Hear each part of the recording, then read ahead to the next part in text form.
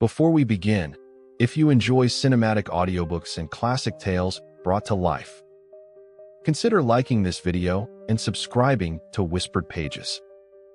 Your support helps these stories continue to echo in the dark and keeps new chapters on the way.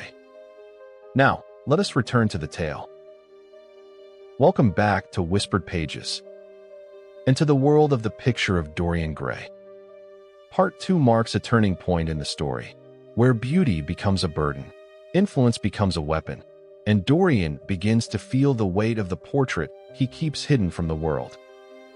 Friendships fracture, secrets deepen, and the consequences of desire begin to whisper through every shadow of his life. Tonight, we step deeper into Oscar Wilde's masterpiece, where temptation sharpens, morality fades, and darkness begins to bloom behind every elegant smile. Settle in, the transformation continues. Part 2 of the Picture of Dorian Gray begins now. Chapter 7. Portrait Secret. For some reason or other, the house was crowded that night, and the fat Jew manager who met them at the door was beaming from ear to ear with an oily, tremulous smile. He escorted them to their box with a sort of pompous humility, waving his fat, jeweled hands and talking at the top of his voice. Dorian Gray loathed him more than ever. He felt as if he had come to look for Miranda and had been met by Caliban. Lord Henry, upon the other hand, rather liked him. At least he declared he did, and insisted on shaking him by the hand and assuring him that he was proud to meet a man who had discovered a real genius and gone bankrupt over a poet. Hallward amused himself with watching the faces in the pit. The heat was terribly oppressive, and the huge sunlight flamed like a monstrous dahlia with petals of yellow fire. The youths in the gallery had taken off their coats and waistcoats and hung them over the side. They talked to each other across the theater and shared their oranges with the tawdry girls who sat beside them. Some women were laughing in the pit. Their voices were horribly shrill and discordant. The sound of the popping of corks came from the bar. "What a place to find one's divinity in," said Lord Henry. "Yes," answered Dorian Gray. "It was here I found her, and she is divine beyond all living things. When she acts, you will forget everything. These common rough people, with their coarse faces and brutal gestures, become quite different when she is on the stage. They sit silently and watch her. They weep and laugh as she wills them to do. She makes them as responsive as a violin. She spiritualizes them, and one feels that they are of the same flesh and blood as oneself." The same flesh and blood as oneself. "Oh, I hope not," exclaimed Lord Henry, who was scanning the occupants of the gallery through his opera glass.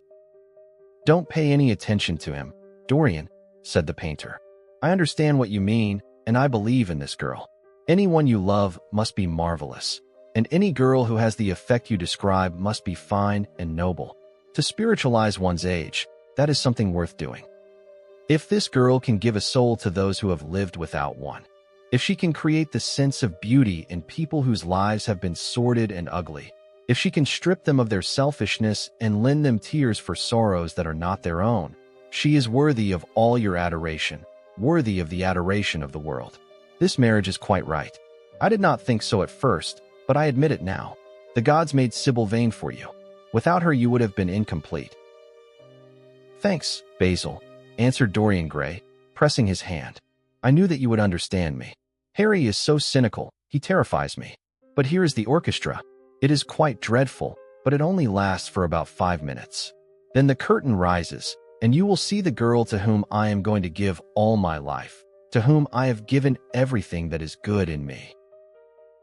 A quarter of an hour afterwards, amidst an extraordinary turmoil of applause, Sybil Vane stepped on to the stage.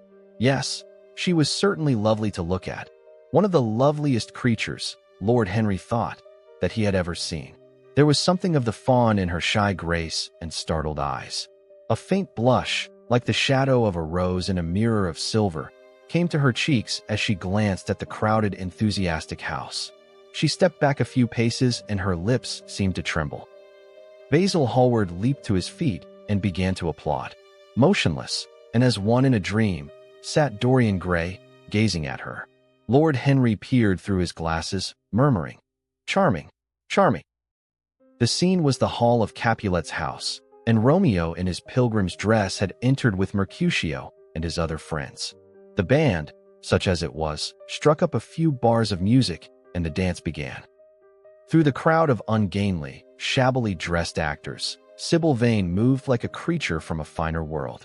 Her body swayed, while she danced, as a plant sways in the water. The curves of her throat were the curves of a white lily. Her hands seemed to be made of cool ivory. Yet she was curiously listless. She showed no sign of joy when her eyes rested on Romeo. The few words she had to speak. "Good pilgrim, you do wrong your hand too much, which mannerly devotion shows in this. For saints have hands that pilgrims' hands do touch, and palm to palm is holy palmer's kiss." With the brief dialogue that follows, were spoken in a thoroughly artificial manner. The voice was exquisite, but from the point of view of tone, it was absolutely false. It was wrong in color. It took away all the life from the verse. It made the passion unreal. Dorian Gray grew pale as he watched her. He was puzzled and anxious. Neither of his friends dared to say anything to him. She seemed to them to be absolutely incompetent. They were horribly disappointed. Yet they felt that the true test of any Juliet is the balcony scene of the second act. They waited for that. If she failed there was nothing in her. She looked charming as she came out in the moonlight. That could not be denied. But the stodginess of her acting was unbearable and grew worse as she went on. Her gestures became absurdly artificial. She overemphasized everything that she had to say. The beautiful passage, "Thou knowest the mask of night is on my face. Else would a maiden blush but paint my cheek for that which thou hast heard me speak tonight," was declaimed with the painful precision of a schoolgirl who has been taught to recite by some second-rate professor of elocution. When she leaned over the balcony and came to those wonderful lines, "Although I joy in thee, I have no joy of this contract tonight. It is too rash, too unadvised, too sudden, too like the lightning, which doth cease to be ere one can say, it lightens. Sweet, good night. This bud of love by summer's ripening breath may prove a beauteous flower when next we meet." She spoke the words as though they conveyed no meaning to her.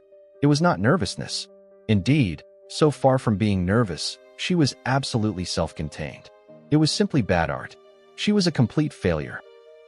Even the common, uneducated audience of the pit and gallery lost their interest in the play. They got restless and began to talk loudly and to whistle.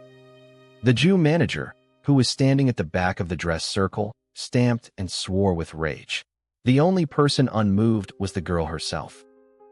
When the second act was over, there came a storm of hisses, and Lord Henry got up from his chair and put on his coat.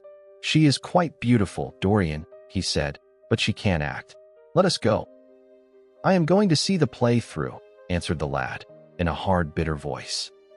"I am awfully sorry that I have made you waste an evening, Harry. I apologize to you both."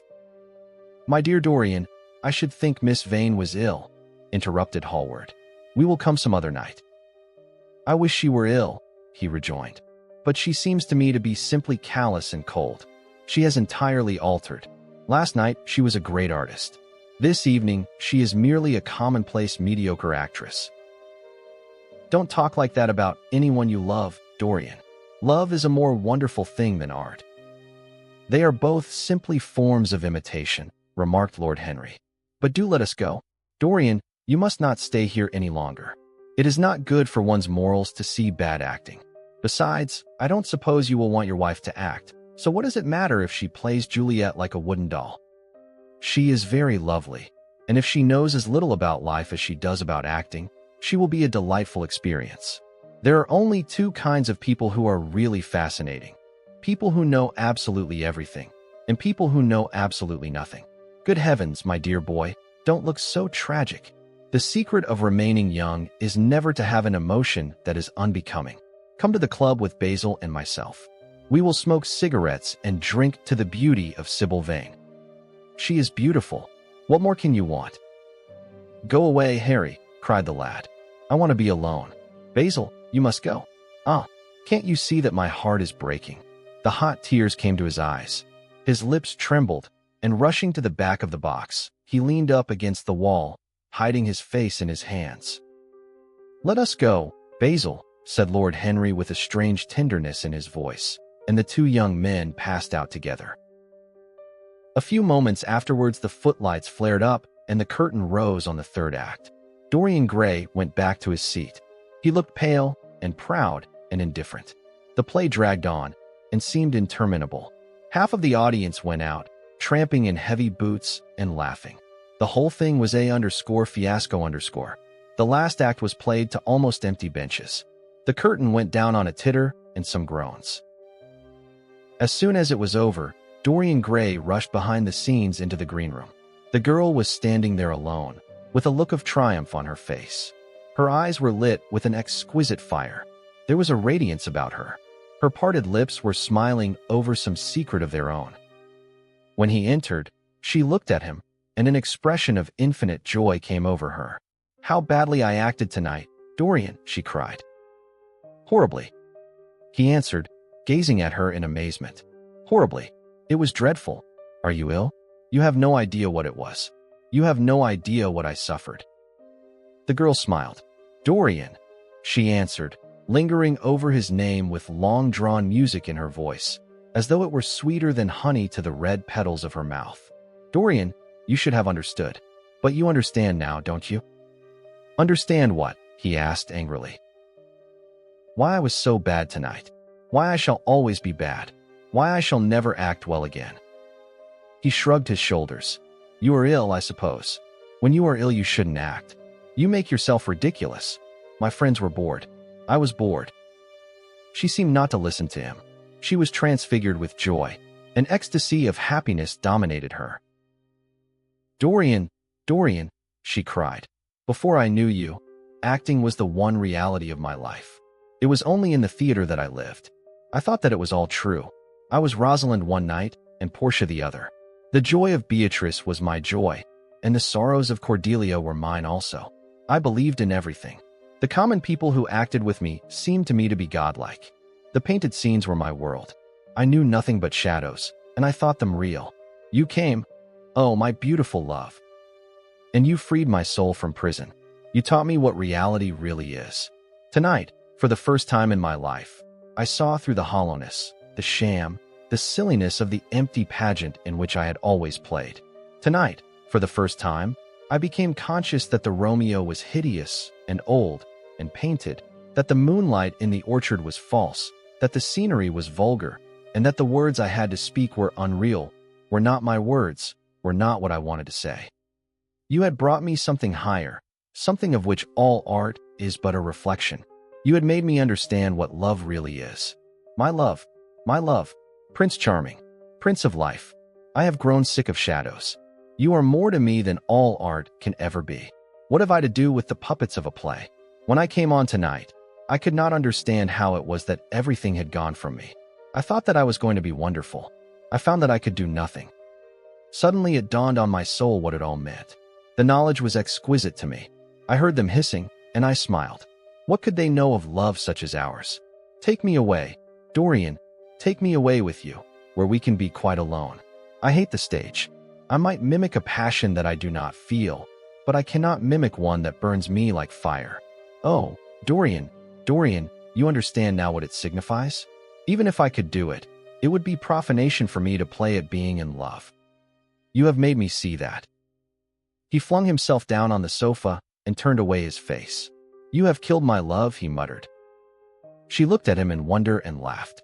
He made no answer. She came across to him, and with her little fingers stroked his hair. She knelt down and pressed his hands to her lips. He drew them away, and a shudder ran through him. Then he leaped up and went to the door. "Yes," he cried, "you have killed my love. You used to stir my imagination. Now you don't even stir my curiosity. You simply produce no effect. I loved you because you were marvelous, because you had genius and intellect, because you realized the dreams of great poets and gave shape and substance to the shadows of art. You have thrown it all away. You are shallow and stupid. My God, how mad I was to love you. What a fool I have been. You are nothing to me now. I will never see you again. I will never think of you. I will never mention your name. You don't know what you were to me once." "Why once?" "Oh, I can't bear to think of it. I wish I had never laid eyes upon you. You have spoiled the romance of my life. How little you can know of love. If you say it mars your art. Without your art, you are nothing. I would have made you famous, splendid, magnificent. The world would have worshipped you, and you would have borne my name. What are you now? A third-rate actress with a pretty face. The girl grew white and trembled. She clenched her hands together, and her voice seemed to catch in her throat. You are not serious, Dorian, she murmured. You are acting. Acting? I leave that to you. You do it so well, he answered bitterly. She rose from her knees and, with a piteous expression of pain in her face, came across the room to him. She put her hand upon his arm and looked into his eyes. He thrust her back. Don't touch me, he cried. A low moan broke from her, and she flung herself at his feet and lay there like a trampled flower. Dorian, Dorian, don't leave me, she whispered. I am so sorry I didn't act well. I was thinking of you all the time. But I will try. Indeed, I will try. It came so suddenly across me, my love for you. I think I should never have known it if you had not kissed me. If we had not kissed each other. Kiss me again, my love. Don't go away from me. I couldn't bear it. Oh, don't go away from me. My brother. No, never mind. He didn't mean it. He was in jest. But can't you forgive me for tonight? I will work so hard and try to improve. Don't be cruel to me, because I love you better than anything in the world. After all, it is only once that I have not pleased you. But you are quite right, Dorian. I should have shown myself more of an artist. It was foolish of me, and yet I couldn't help it. Oh, don't leave me, don't leave me. A fit of passionate sobbing choked her. She crouched on the floor like a wounded thing, and Dorian Gray, with his beautiful eyes, looked down at her, and his chiseled lips curled in exquisite disdain. There is always something ridiculous about the emotions of people whom one has ceased to love. Sybil Vane seemed to him to be absurdly melodramatic. Her tears and sobs annoyed him. I am going, he said at last in his calm, clear voice. I don't wish to be unkind, but I can't see you again. You have disappointed me. She wept silently and made no answer, but crept nearer. Her little hands stretched blindly out and appeared to be seeking for him. He turned on his heel and left the room. In a few moments he was out of the theater. Where he went he hardly knew. He remembered wandering through dimly lit streets, past gaunt, black-shadowed archways and evil-looking houses. Women with hoarse voices and harsh laughter had called after him. Drunkards had reeled by, cursing and chattering to themselves like monstrous apes. He had seen grotesque children huddled upon doorsteps, and heard shrieks and oaths from gloomy courts. As the dawn was just breaking, he found himself close to Covent Garden. The darkness lifted, and flushed with faint fires, the sky hollowed itself into a perfect pearl. Huge carts filled with nodding lilies rumbled slowly down the polished empty street. The air was heavy with the perfume of the flowers, and their beauty seemed to bring him an anodyne for his pain. He followed into the market and watched the men unloading their wagons. A white-smocked carter offered him some cherries. He thanked him, wondered why he refused to accept any money for them, and began to eat them listlessly. They had been plucked at midnight, and the coldness of the moon had entered into them. A long line of boys carrying crates of striped tulips and of yellow and red roses defiled in front of him, threading their way through the huge, jade-green piles of vegetables. Under the portico, with its gray, sun-bleached pillars, loitered a troop of draggled, bare-headed girls, waiting for the auction to be over. Others crowded round the swinging doors of the coffee house in the piazza. The heavy cart horses slipped and stamped upon the rough stones, shaking their bells and trappings. Some of the drivers were lying asleep on a pile of sacks. Iris-necked and pink-footed, the pigeons ran about picking up seeds. After a little while, he hailed a hansom and drove home. For a few moments he loitered upon the doorstep, looking round at the silent square, with its blank, close-shuttered windows and its staring blinds. The sky was pure opal now, and the roofs of the houses glistened like silver against it. From some chimney opposite a thin wreath of smoke was rising. It curled, a violet riband, through the nacre-colored air. In the huge gilt Venetian lantern, spoil of some doge's barge, that hung from the ceiling of the great, oak-paneled hall of entrance, lights were still burning from 3 flickering jets. Thin blue petals of flame they seemed, rimmed with white fire. He turned them out and, having thrown his hat and cape on the table, passed through the library towards the door of his bedroom, a large octagonal chamber on the ground floor that, in his newborn feeling for luxury, he had just had decorated for himself and hung with some curious Renaissance tapestries that had been discovered stored in a disused attic at Selby Royal.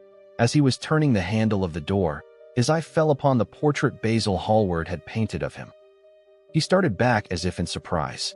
Then he went on into his own room, looking somewhat puzzled. After he had taken the buttonhole out of his coat, he seemed to hesitate. Finally, he came back, went over to the picture, and examined it. In the dim, arrested light that struggled through the cream-colored silk blinds, the face appeared to him to be a little changed. The expression looked different. One would have said that there was a touch of cruelty in the mouth. It was certainly strange. He turned round and, walking to the window, drew up the blind. The bright dawn flooded the room and swept the fantastic shadows into dusky corners, where they lay shuddering. But the strange expression that he had noticed in the face of the portrait seemed to linger there, to be more intensified even. The quivering, ardent sunlight showed him the lines of cruelty round the mouth as clearly as if he had been looking into a mirror after he had done some dreadful thing.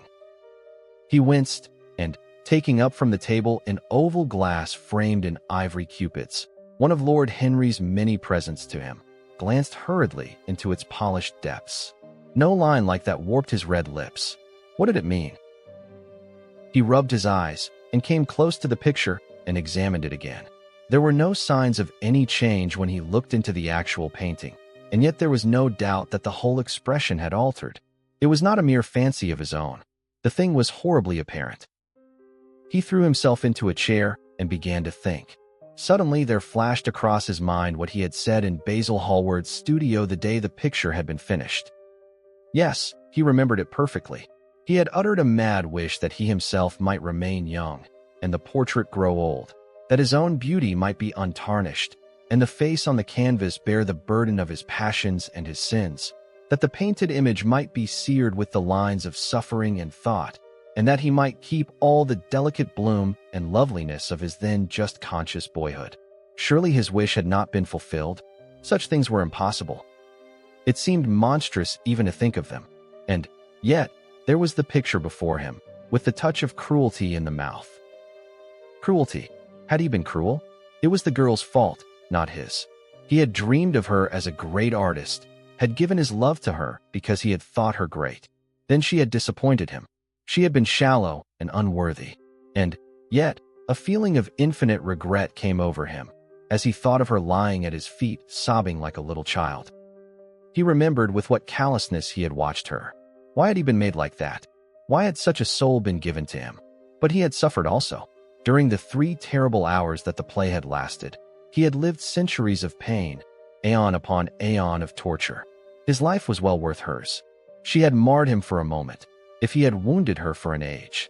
Besides, women were better suited to bear sorrow than men. They lived on their emotions. They only thought of their emotions. When they took lovers, it was merely to have someone with whom they could have scenes. Lord Henry had told him that, and Lord Henry knew what women were. Why should he trouble about Sybil Vane? She was nothing to him now. But the picture? What was he to say of that? It held the secret of his life and told his story. It had taught him to love his own beauty. Would it teach him to loathe his own soul? Would he ever look at it again? No. It was merely an illusion wrought on the troubled senses. The horrible night that he had passed had left phantoms behind it.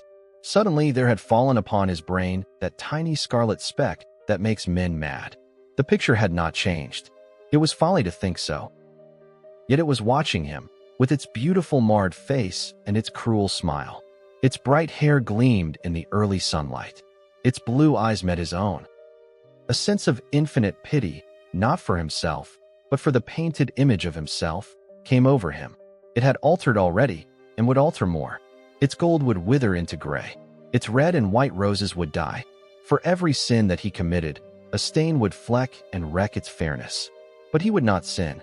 The picture, changed or unchanged, would be to him the visible emblem of conscience. He would resist temptation. He would not see Lord Henry anymore. Would not, at any rate, listen to those subtle poisonous theories that in Basil Hallward's garden had first stirred within him the passion for impossible things. He would go back to Sybil Vane, make her amends, marry her, try to love her again. Yes, it was his duty to do so. She must have suffered more than he had. Poor child. He had been selfish and cruel to her. The fascination that she had exercised over him would return. They would be happy together. His life with her would be beautiful and pure. He got up from his chair and drew a large screen right in front of the portrait, shuddering as he glanced at it. How horrible, he murmured to himself, and he walked across to the window and opened it. When he stepped out onto the grass, he drew a deep breath. The fresh morning air seemed to drive away all his somber passions. He thought only of Sybil. A faint echo of his love came back to him. He repeated her name over and over again. The birds that were singing in the dew-drenched garden seemed to be telling the flowers about her. Chapter 8. The Temptation. It was long past noon when he awoke. His valet had crept several times on tiptoe into the room to see if he was stirring, and had wondered what made his young master sleep so late. Finally his bell sounded, and Victor came in softly with a cup of tea and a pile of letters on a small tray of old Sèvres china, and drew back the olive satin curtains, with their shimmering blue lining, that hung in front of the 3 tall windows. "Monsieur has well slept this morning," he said, smiling. "What o'clock is it, Victor?" asked Dorian Gray drowsily. 1 hour and a quarter, monsieur." How late it was. He sat up, and having sipped some tea, turned over his letters. One of them was from Lord Henry, and had been brought by hand that morning. He hesitated for a moment, and then put it aside. The others he opened listlessly. They contained the usual collection of cards, invitations to dinner, tickets for private views, programs of charity concerts, and the like that are showered on fashionable young men every morning during the season. There was a rather heavy bill for a chaste silver Louis Quinze toilet set that he had not yet had the courage to send on to his guardians, who were extremely old-fashioned people and did not realize that we live in an age when unnecessary things are our only necessities.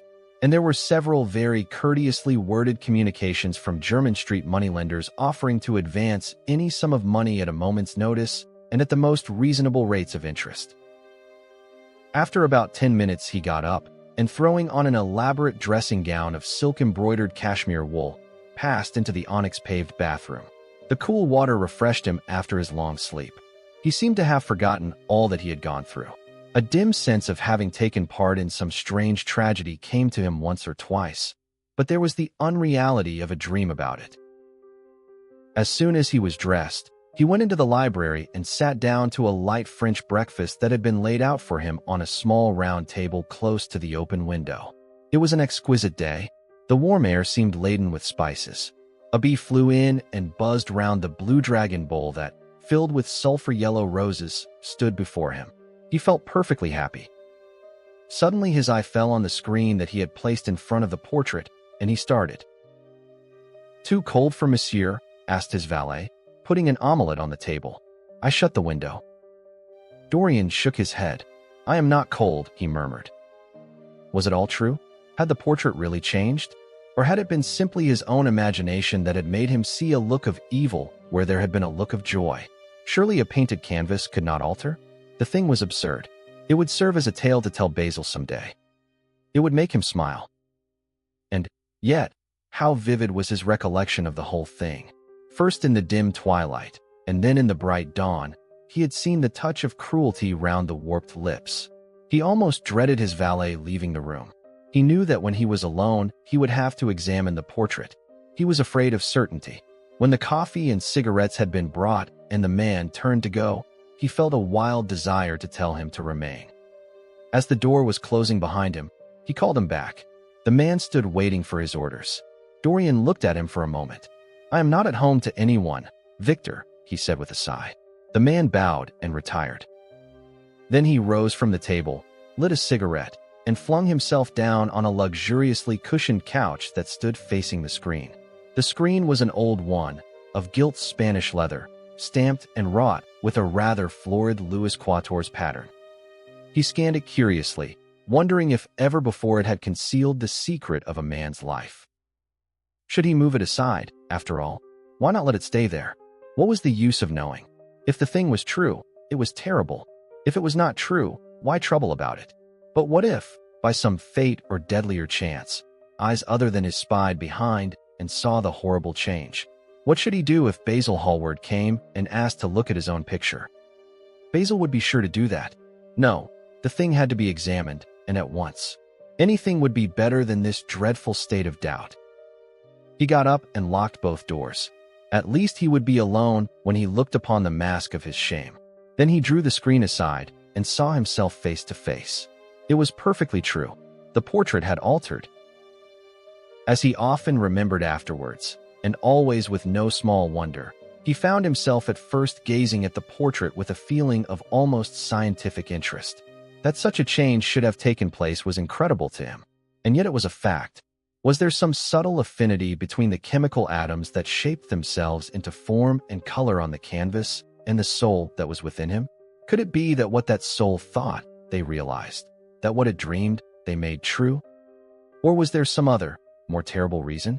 He shuddered and felt afraid, and, going back to the couch, lay there, gazing at the picture in sickened horror.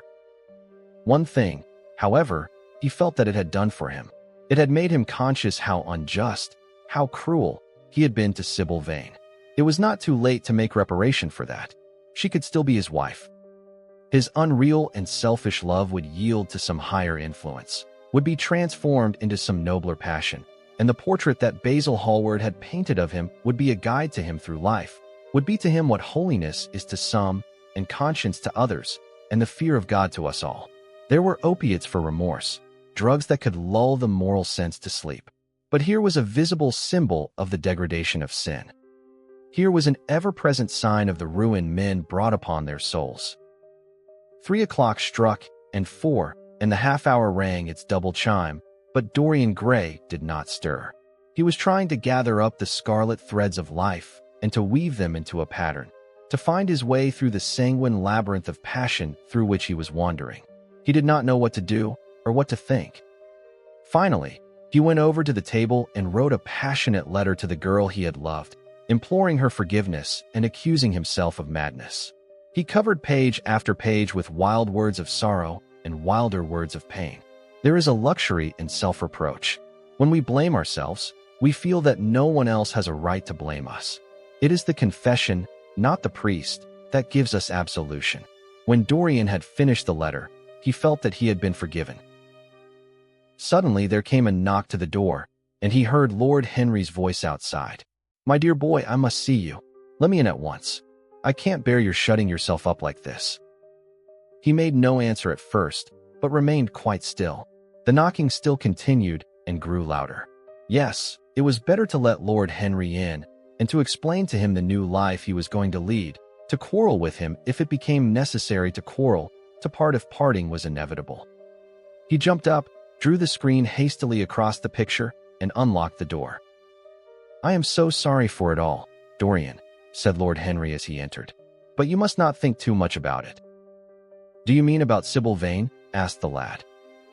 "Yes, of course," answered Lord Henry, sinking into a chair and slowly pulling off his yellow gloves. "It is dreadful, from one point of view, but it was not your fault. Tell me, did you go behind and see her after the play was over?" "Yes." "I felt sure you had.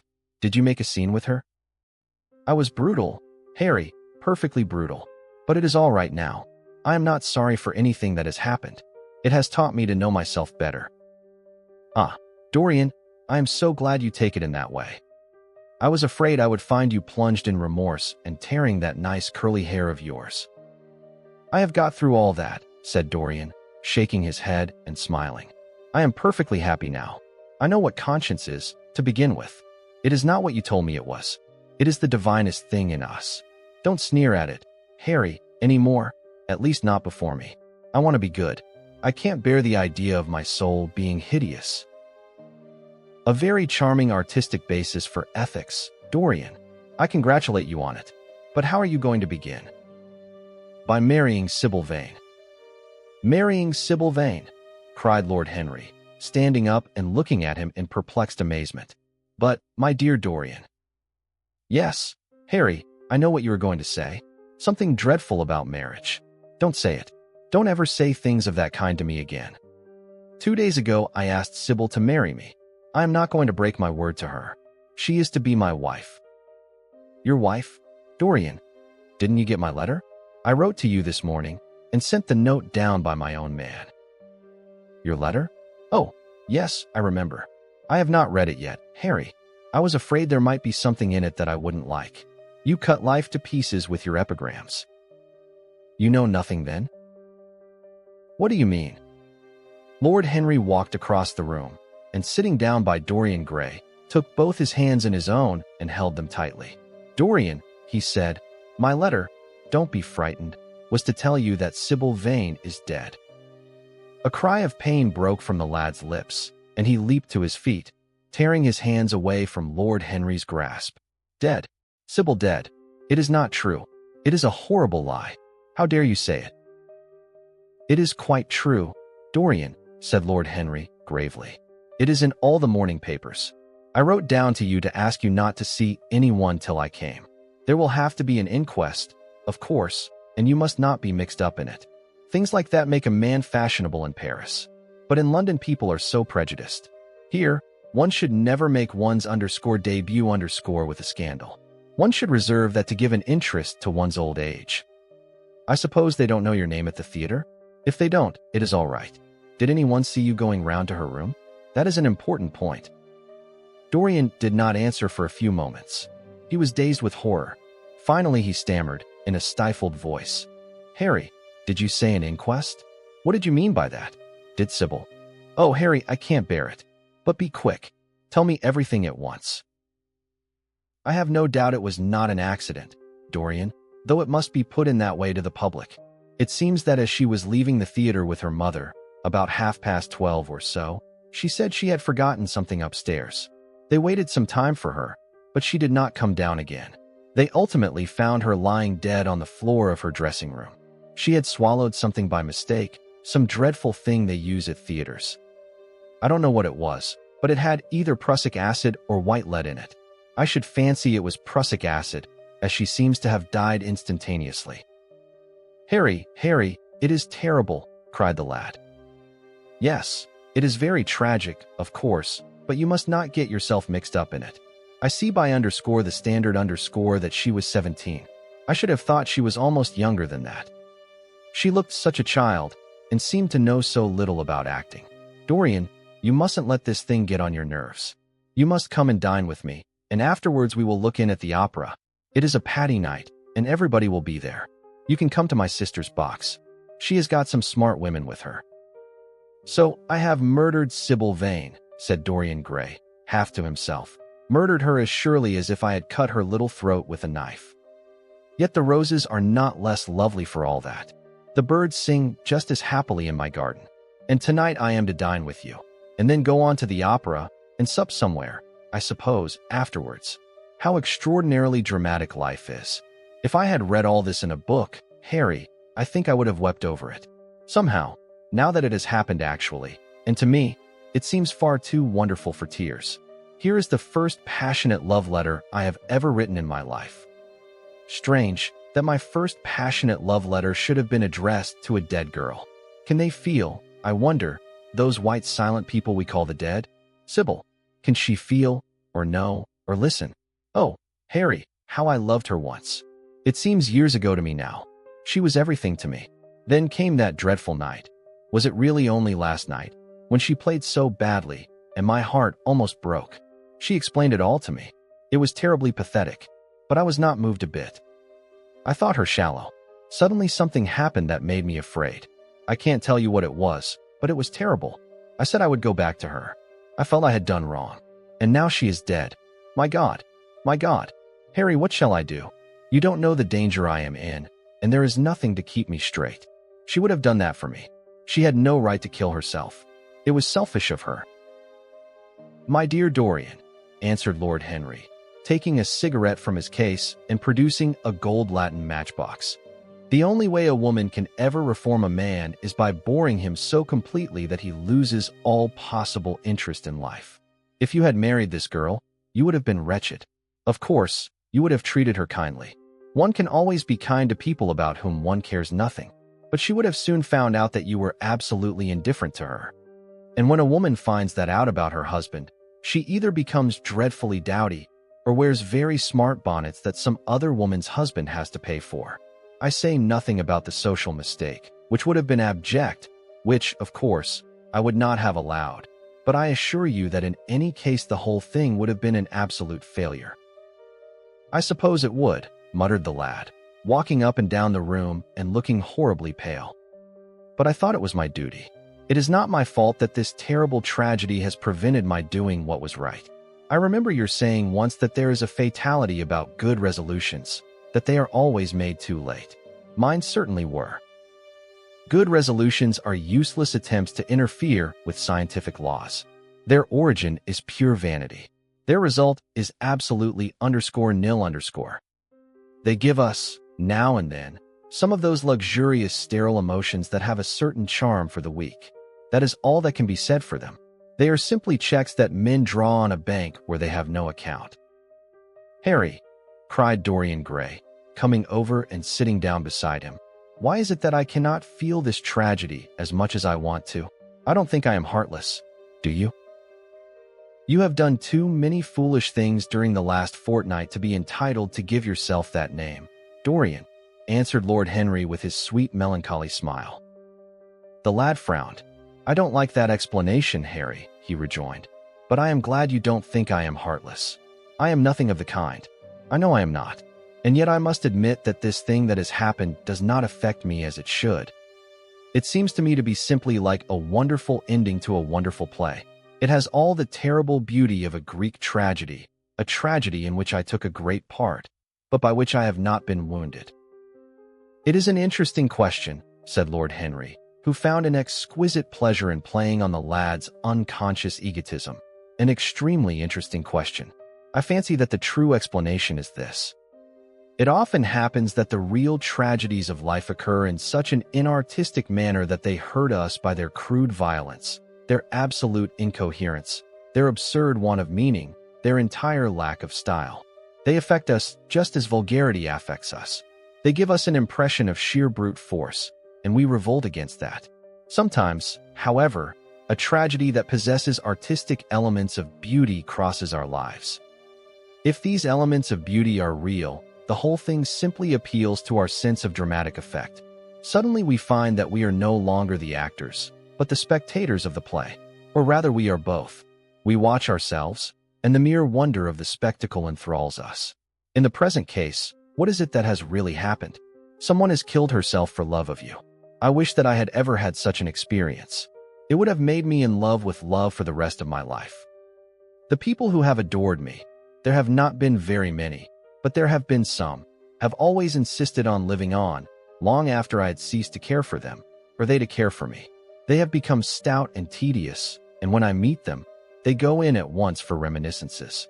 That awful memory of woman, what a fearful thing it is, and what an utter intellectual stagnation it reveals. One should absorb the color of life, but one should never remember its details. Details are always vulgar. I must sow poppies in my garden, sighed Dorian. There is no necessity, rejoined his companion. Life has always poppies in her hands. Of course, now and then things linger. I once wore nothing but violets all through one season, as a form of artistic mourning for a romance that would not die. Ultimately, however, it did die. I forget what killed it. I think it was her proposing to sacrifice the whole world for me. That is always a dreadful moment. It fills one with the terror of eternity. Well, would you believe it?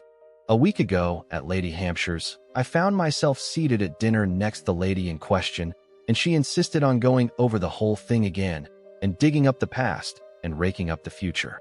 I had buried my romance in a bed of asphodel. She dragged it out again and assured me that I had spoiled her life. I am bound to state that she ate an enormous dinner, so I did not feel any anxiety. But what a lack of taste she showed. The one charm of the past is that it is the past. But women never know when the curtain has fallen. They always want a sixth act, and as soon as the interest of the play is entirely over, they propose to continue it. If they were allowed their own way, every comedy would have a tragic ending, and every tragedy would culminate in a farce. They are charmingly artificial, but they have no sense of art. You are more fortunate than I am. I assure you, Dorian, that not one of the women I have known would have done for me what Sybil Vane did for you. Ordinary women always console themselves. Some of them do it by going in for sentimental colors. Never trust a woman who wears mauve, whatever her age may be, or a woman over 35 who is fond of pink ribbons. It always means that they have a history. Others find a great consolation in suddenly discovering the good qualities of their husbands. They flaunt their conjugal felicity in one's face, as if it were the most fascinating of sins. Religion consoles some. Its mysteries have all the charm of a flirtation, a woman once told me, and I can quite understand it. Besides, nothing makes one so vain as being told that one is a sinner. Conscience makes egotists of us all. Yes, there is really no end to the consolations that women find in modern life. Indeed, I have not mentioned the most important one. "What is that, Harry?" said the lad listlessly. "Oh, the obvious consolation. Taking someone else's admirer when one loses one's own. In good society that always whitewashes a woman. But really, Dorian, how different Sybil Vane must have been from all the women one meets. There is something to me quite beautiful about her death. I am glad I am living in a century when such wonders happen. They make one believe in the reality of the things we all play with, such as romance, passion, and love. I was terribly cruel to her. You forget that. I am afraid that women appreciate cruelty, downright cruelty, more than anything else. They have wonderfully primitive instincts. We have emancipated them, but they remain slaves looking for their masters, all the same. They love being dominated. I am sure you were splendid. I have never seen you really and absolutely angry, but I can fancy how delightful you looked. And, after all, you said something to me the day before yesterday that seemed to me at the time to be merely fanciful, but that I see now was absolutely true, and it holds the key to everything." "What was that, Harry?" "You said to me that Sybil Vane represented to you all the heroines of romance, that she was Desdemona one night and Ophelia the other. That if she died as Juliet, she came to life as Imogen." "She will never come to life again now," muttered the lad, burying his face in his hands. "No, she will never come to life. She has played her last part. But you must think of that lonely death in the tawdry dressing room simply as a strange lurid fragment from some Jacobean tragedy, as a wonderful scene from Webster, or Ford, or Cyril Turner. The girl never really lived, and so she has never really died. To you at least, she was always a dream, a phantom that flitted through Shakespeare's plays and left them lovelier for its presence, a reed through which Shakespeare's music sounded richer and more full of joy. The moment she touched actual life, she marred it, and it marred her, and so she passed away. Mourn for Ophelia, if you like. Put ashes on your head because Cordelia was strangled. Cry out against heaven because the daughter of Brabantio died. But don't waste your tears over Sybil Vane. She was less real than they are." There was a silence. The evening darkened in the room. Noiselessly, and with silver feet, the shadows crept in from the garden. The colors faded wearily out of things. After some time, Dorian Gray looked up. "You have explained me to myself, Harry," he murmured with something of a sigh of relief. "I felt all that you have said, but somehow I was afraid of it, and I could not express it to myself. How well you know me. But we will not talk again of what has happened. It has been a marvelous experience. That is all. I wonder if life has still in store for me anything as marvelous." "Life has everything in store for you, Dorian. There is nothing that you, with your extraordinary good looks, will not be able to do." "But suppose, Harry, I became haggard and old and wrinkled? What then?" "Ah, then," said Lord Henry, rising to go, "then, my dear Dorian, you would have to fight for your victories. As it is, they are brought to you. No, you must keep your good looks. We live in an age that reads too much to be wise, and that thinks too much to be beautiful. We cannot spare you. And now you had better dress and drive down to the club. We are rather late, as it is." "I think I shall join you at the opera, Harry. I feel too tired to eat anything. What is the number of your sister's box? 27, I believe. It is on the grand tier. You will see her name on the door, but I am sorry you won't come and dine. I don't feel up to it, said Dorian listlessly, but I am awfully obliged to you for all that you have said to me. You are certainly my best friend. No one has ever understood me as you have. We are only at the beginning of our friendship, Dorian, answered Lord Henry, shaking him by the hand. Goodbye. I shall see you before 9:30, I hope. Remember, Patty is singing. As he closed the door behind him, Dorian Gray touched the bell, and in a few minutes Victor appeared with the lamps and drew the blinds down. He waited impatiently for him to go. The man seemed to take an interminable time over everything. As soon as he had left, he rushed to the screen and drew it back. No, there was no further change in the picture. It had received the news of Sybil Vane's death before he had known of it himself.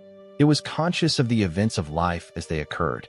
The vicious cruelty that marred the fine lines of the mouth had, no doubt, appeared at the very moment that the girl had drunk the poison, whatever it was. Or was it indifferent to results? Did it merely take cognizance of what passed within the soul? He wondered, and hoped that some day he would see the change taking place before his very eyes, shuddering as he hoped it. Poor Sybil, what a romance it had all been. She had often mimicked death on the stage. Then death himself had touched her and taken her with him. How had she played that dreadful last scene? Had she cursed him as she died? No. She had died for love of him, and love would always be a sacrament to him now. She had atoned for everything by the sacrifice she had made of her life. He would not think any more of what she had made him go through on that horrible night at the theater. When he thought of her, it would be as a wonderful tragic figure sent onto the world stage to show the supreme reality of love. A wonderful tragic figure? Tears came to his eyes as he remembered her childlike look and winsome fanciful ways and shy tremulous grace. He brushed them away hastily and looked again at the picture. He felt that the time had really come for making his choice. Or had his choice already been made? Yes, life had decided that for him. Life, and his own infinite curiosity about life. Eternal youth, infinite passion, pleasures subtle and secret, wild joys and wilder sins. He was to have all these things. The portrait was to bear the burden of his shame. That was all. A feeling of pain crept over him as he thought of the desecration that was in store for the fair face on the canvas. Once, in boyish mockery of Narcissus, he had kissed, or feigned to kiss, those painted lips that now smiled so cruelly at him. Morning after morning he had sat before the portrait wondering at its beauty, almost enamored of it, as it seemed to him at times. Was it to alter now with every mood to which he yielded? Was it to become a monstrous and loathsome thing, to be hidden away in a locked room, to be shut out from the sunlight that had so often touched to brighter gold the waving wonder of its hair? The pity of it! The pity of it! For a moment, he thought of praying that the horrible sympathy that existed between him and the picture might cease. It had changed in answer to a prayer. Perhaps in answer to a prayer it might remain unchanged. And yet, who, that knew anything about life, would surrender the chance of remaining always young, however fantastic that chance might be, or with what fateful consequences it might be fraught? Besides, was it really under his control? Had it indeed been prayer that had produced the substitution? Might there not be some curious scientific reason for it all? If thought could exercise its influence upon a living organism, might not thought exercise an influence upon dead and inorganic things? Nay, without thought or conscious desire, might not things external to ourselves vibrate in unison with our moods and passions, atom calling to atom in secret love or strange affinity? But the reason was of no importance. He would never again tempt by a prayer any terrible power. If the picture was to alter, it was to alter. That was all. Why inquire too closely into it? For there would be a real pleasure in watching it. He would be able to follow his mind into its secret places. This portrait would be to him the most magical of mirrors. As it had revealed to him his own body, so it would reveal to him his own soul. And when winter came upon it, he would still be standing where spring trembles on the verge of summer. When the blood crept from its face and left behind a pallid mask of chalk with leaden eyes, he would keep the glamour of boyhood. Not one blossom of his loveliness would ever fade. Not one pulse of his life would ever weaken. Like the gods of the Greeks, he would be strong and fleet and joyous. What did it matter what happened to the colored image on the canvas? He would be safe. That was everything. He drew the screen back into its former place in front of the picture, smiling as he did so, and passed into his bedroom, where his valet was already waiting for him. An hour later, he was at the opera, and Lord Henry was leaning over his chair. Chapter 9. Sybil's Love. As he was sitting at breakfast next morning, Basil Hallward was shown into the room. "I am so glad I have found you, Dorian," he said gravely. "I called last night, and they told me you were at the opera. Of course, I knew that was impossible, but I wish you had left word where you had really gone to. I passed a dreadful evening, half afraid that one tragedy might be followed by another. I think you might have telegraphed for me when you heard of it first. I read of it quite by chance in a late edition of _the Globe _ that I picked up at the club. I came here at once and was miserable at not finding you. I can't tell you how heartbroken I am about the whole thing. I know what you must suffer. But where were you? Did you go down and see the girl's mother? For a moment, I thought of following you there. They gave the address in the paper. Somewhere in the Euston Road, isn't it? But I was afraid of intruding upon a sorrow that I could not lighten. Poor woman, what a state she must be in. And her only child, too. What did she say about it all?" "My dear Basil, how do I know?" murmured Dorian Gray, sipping some pale yellow wine from a delicate, gold-beaded bubble of Venetian glass and looking dreadfully bored. "I was at the opera. You should have come on there. I met Lady Gwendolen, Harry's sister, for the first time. We were in her box. She is perfectly charming, and Patty sang divinely. Don't talk about horrid subjects. If one doesn't talk about a thing, it has never happened. It is simply expression, as Harry says, that gives reality to things. I may mention that she was not the woman's only child. There is a son, a charming fellow, I believe. But he is not on the stage. He is a sailor, or something. And now, tell me about yourself and what you are painting." "You went to the opera," said Hallward, speaking very slowly and with a strained touch of pain in his voice. "You went to the opera while Sybil Vane was lying dead in some sordid lodging? You can talk to me of other women being charming, and of Patty singing divinely, before the girl you loved has even the quiet of a grave to sleep in? Why, man, there are horrors in store for that little white body of hers." "Stop, Basil. I won't hear it," cried Dorian, leaping to his feet. "You must not tell me about things. What is done is done. What is past is past." "You call yesterday the past? What has the actual lapse of time got to do with it? It is only shallow people who require years to get rid of an emotion. A man who is master of himself can end a sorrow as easily as he can invent a pleasure. I don't want to be at the mercy of my emotions. I want to use them, to enjoy them, and to dominate them." "Dorian, this is horrible. Something has changed you completely. You look exactly the same wonderful boy who, day after day, used to come down to my studio to sit for his picture. But you were simple, natural, and affectionate then. You were the most unspoiled creature in the whole world. Now, I don't know what has come over you. You talk as if you had no heart, no pity in you. It is all Harry's influence. I see that." The lad flushed up and, going to the window, looked out for a few moments on the green, flickering, sun-lashed garden.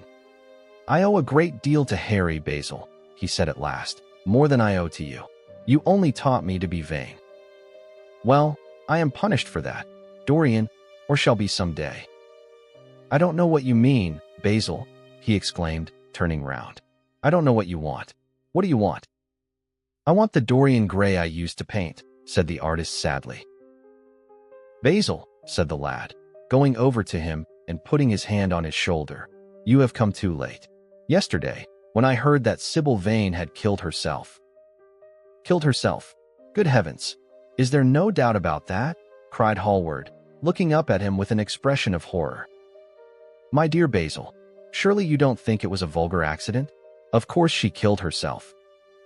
The elder man buried his face in his hands. "How fearful!" he muttered, and a shudder ran through him. "No," said Dorian Gray, "there is nothing fearful about it. It is one of the great romantic tragedies of the age. As a rule, People who act lead the most commonplace lives. They are good husbands, or faithful wives, or something tedious. You know what I mean, middle-class virtue, and all that kind of thing. How different Sybil was. She lived her finest tragedy. She was always a heroine. The last night she played, the night you saw her, she acted badly because she had known the reality of love. When she knew its unreality, she died, as Juliet might have died. She passed again into the sphere of art. There is something of the martyr about her. Her death has all the pathetic uselessness of martyrdom, all its wasted beauty. But, as I was saying, you must not think I have not suffered. If you had come in yesterday at a particular moment, about 5:30, perhaps, or 5:45, you would have found me in tears. Even Harry, who was here, who brought me the news, in fact, had no idea what I was going through. I suffered immensely. Then it passed away. I cannot repeat an emotion. No one can, except sentimentalists. And you are awfully unjust, Basil. You come down here to console me. That is charming of you. You find me consoled, and you are furious. How like a sympathetic person. You remind me of a story Harry told me about a certain philanthropist who spent 20 years of his life in trying to get some grievance redressed, or some unjust law altered. I forget exactly what it was. Finally, he succeeded, and nothing could exceed his disappointment. He had absolutely nothing to do, almost died of ennui, and became a confirmed misanthrope. And besides, my dear old Basil, if you really want to console me, teach me rather to forget what has happened, or to see it from a proper artistic point of view. Was it not Gautier who used to write about _la consolation de arts _? I remember picking up a little vellum-covered book in your studio one day and chancing on that delightful phrase. Well, I am not like that young man you told me of when we were down at Marlow together, the young man who used to say that yellow satin could console one for all the miseries of life. I love beautiful things that one can touch and handle. Old brocades, green bronzes, lacquerwork, carved ivories, exquisite surroundings, luxury, pomp. There is much to be got from all these. But the artistic temperament that they create, or at any rate reveal, is still more to me. To become the spectator of one's own life, as Harry says, is to escape the suffering of life. I know you are surprised at my talking to you like this. You have not realized how I have developed. I was a schoolboy when you knew me. I am a man now. I have new passions, new thoughts, new ideas. I am different, but you must not like me less. I am changed, but you must always be my friend. Of course, I am very fond of Harry, but I know that you are better than he is. You are not stronger. You are too much afraid of life, but you are better. And how happy we used to be together.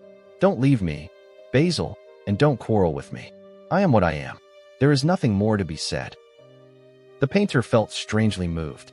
The lad was infinitely dear to him, and his personality had been the great turning point in his art. He could not bear the idea of reproaching him anymore. After all, his indifference was probably merely a mood that would pass away. There was so much in him that was good, so much in him that was noble. Well, Dorian, he said at length, with a sad smile, I won't speak to you again about this horrible thing after today. I only trust your name won't be mentioned in connection with it. The inquest is to take place this afternoon. Have they summoned you? Break time equals 0. 5s/. Dorian shook his head, and a look of annoyance passed over his face at the mention of the word inquest. There was something so crude and vulgar about everything of the kind. They don't know my name, he answered. But surely she did. Only my Christian name, and that I am quite sure she never mentioned to anyone. She told me once that they were all rather curious to learn who I was, and that she invariably told them my name was Prince Charming. It was pretty of her. You must do me a drawing of Sybil, Basil. I should like to have something more of her than the memory of a few kisses and some broken pathetic words. I will try and do something, Dorian, if it would please you. But you must come and sit to me yourself again. I can't get on without you. I can never sit to you again, Basil. It is impossible, he exclaimed, starting back. The painter stared at him. My dear boy, what nonsense, he cried. Do you mean to say you don't like what I did of you? Where is it? Why have you pulled the screen in front of it? Let me look at it. It is the best thing I have ever done. Do take the screen away, Dorian. It is simply disgraceful of your servant hiding my work like that.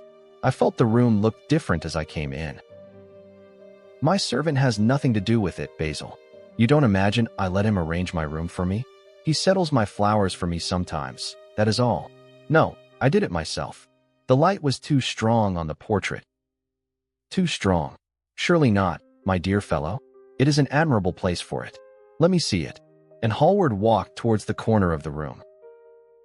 A cry of terror broke from Dorian Gray's lips, and he rushed between the painter and the screen. Basil, he said, looking very pale, you must not look at it. I don't wish you to. Not look at my own work. You are not serious. Why shouldn't I look at it? Exclaimed Hallward, laughing. If you try to look at it, Basil, on my word of honor, I will never speak to you again as long as I live. I am quite serious. I don't offer any explanation, and you are not to ask for any. But, remember, if you touch this screen, everything is over between us. Hallward was thunderstruck. He looked at Dorian Gray in absolute amazement. He had never seen him like this before. The lad was actually pallid with rage. His hands were clenched, and the pupils of his eyes were like discs of blue fire. He was trembling all over. Dorian, don't speak. But what is the matter? Of course I won't look at it if you don't want me to, he said, rather coldly, turning on his heel and going over towards the window. But, really, it seems rather absurd that I shouldn't see my own work, especially as I am going to exhibit it in Paris in the autumn. I shall probably have to give it another coat of varnish before that, so I must see it some day, and why not today?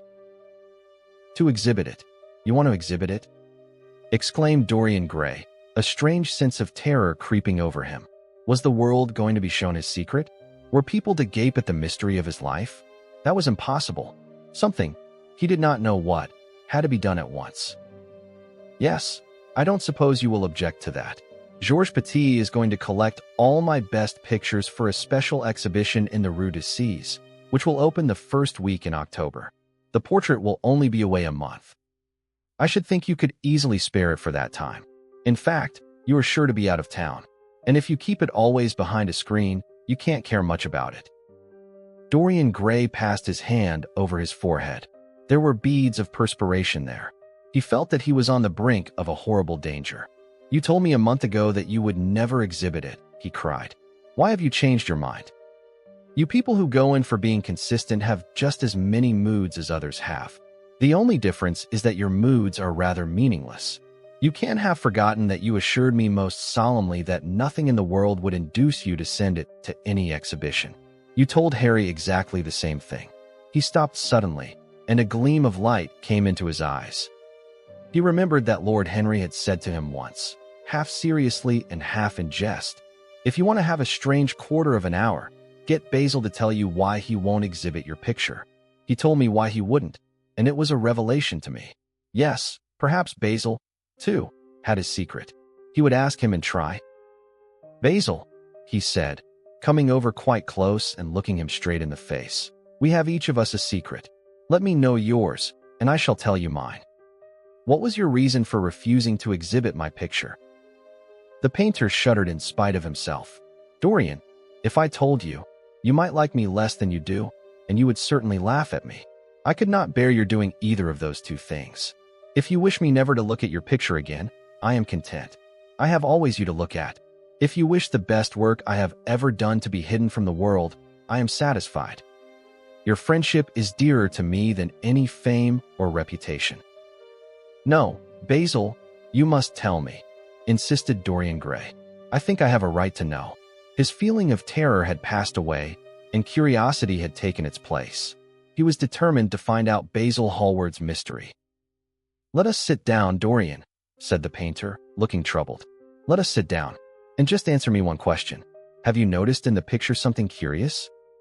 Something that probably at first did not strike you, but that revealed itself to you suddenly. Basil, cried the lad, clutching the arms of his chair with trembling hands and gazing at him with wild, startled eyes. I see you did. Don't speak. Wait till you hear what I have to say. Dorian, from the moment I met you, your personality had the most extraordinary influence over me. I was dominated, soul, brain, and power, by you. You became to me the visible incarnation of that unseen ideal whose memory haunts us artists like an exquisite dream. I worshipped you. I grew jealous of everyone to whom you spoke. I wanted to have you all to myself. I was only happy when I was with you. When you were away from me, you were still present in my art. Of course, I never let you know anything about this. It would have been impossible. You would not have understood it. I hardly understood it myself. I only knew that I had seen perfection face to face, and that the world had become wonderful to my eyes. Too wonderful, perhaps, for in such mad worships there is peril, the peril of losing them, no less than the peril of keeping them. Weeks and weeks went on, and I grew more and more absorbed in you. Then came a new development. I had drawn you as Paris in dainty armor, and as Adonis with huntsman's cloak and polished boar spear. Crowned with heavy lotus blossoms, you had sat on the prow of Adrian's barge, gazing across the green turbid Nile. You had leaned over the still pool of some Greek woodland and seen in the water's silent silver the marvel of your own face. And it had all been what art should be, unconscious, ideal, and remote. One day, a fatal day I sometimes think, I determined to paint a wonderful portrait of you as you actually are, not in the costume of dead ages, but in your own dress and in your own time. Whether it was the realism of the method or the mere wonder of your own personality, thus directly presented to me without mist or veil, I cannot tell. But I know that as I worked at it, every flake and film of color seemed to me to reveal my secret. I grew afraid that others would know of my idolatry. I felt, Dorian, that I had told too much, that I had put too much of myself into it. Then it was that I resolved never to allow the picture to be exhibited. You were a little annoyed. But then you did not realize all that it meant to me.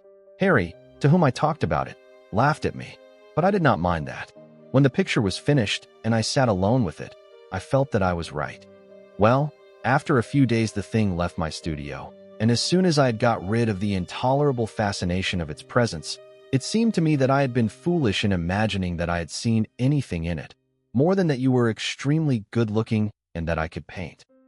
Even now I cannot help feeling that it is a mistake to think that the passion one feels in creation is ever really shown in the work one creates.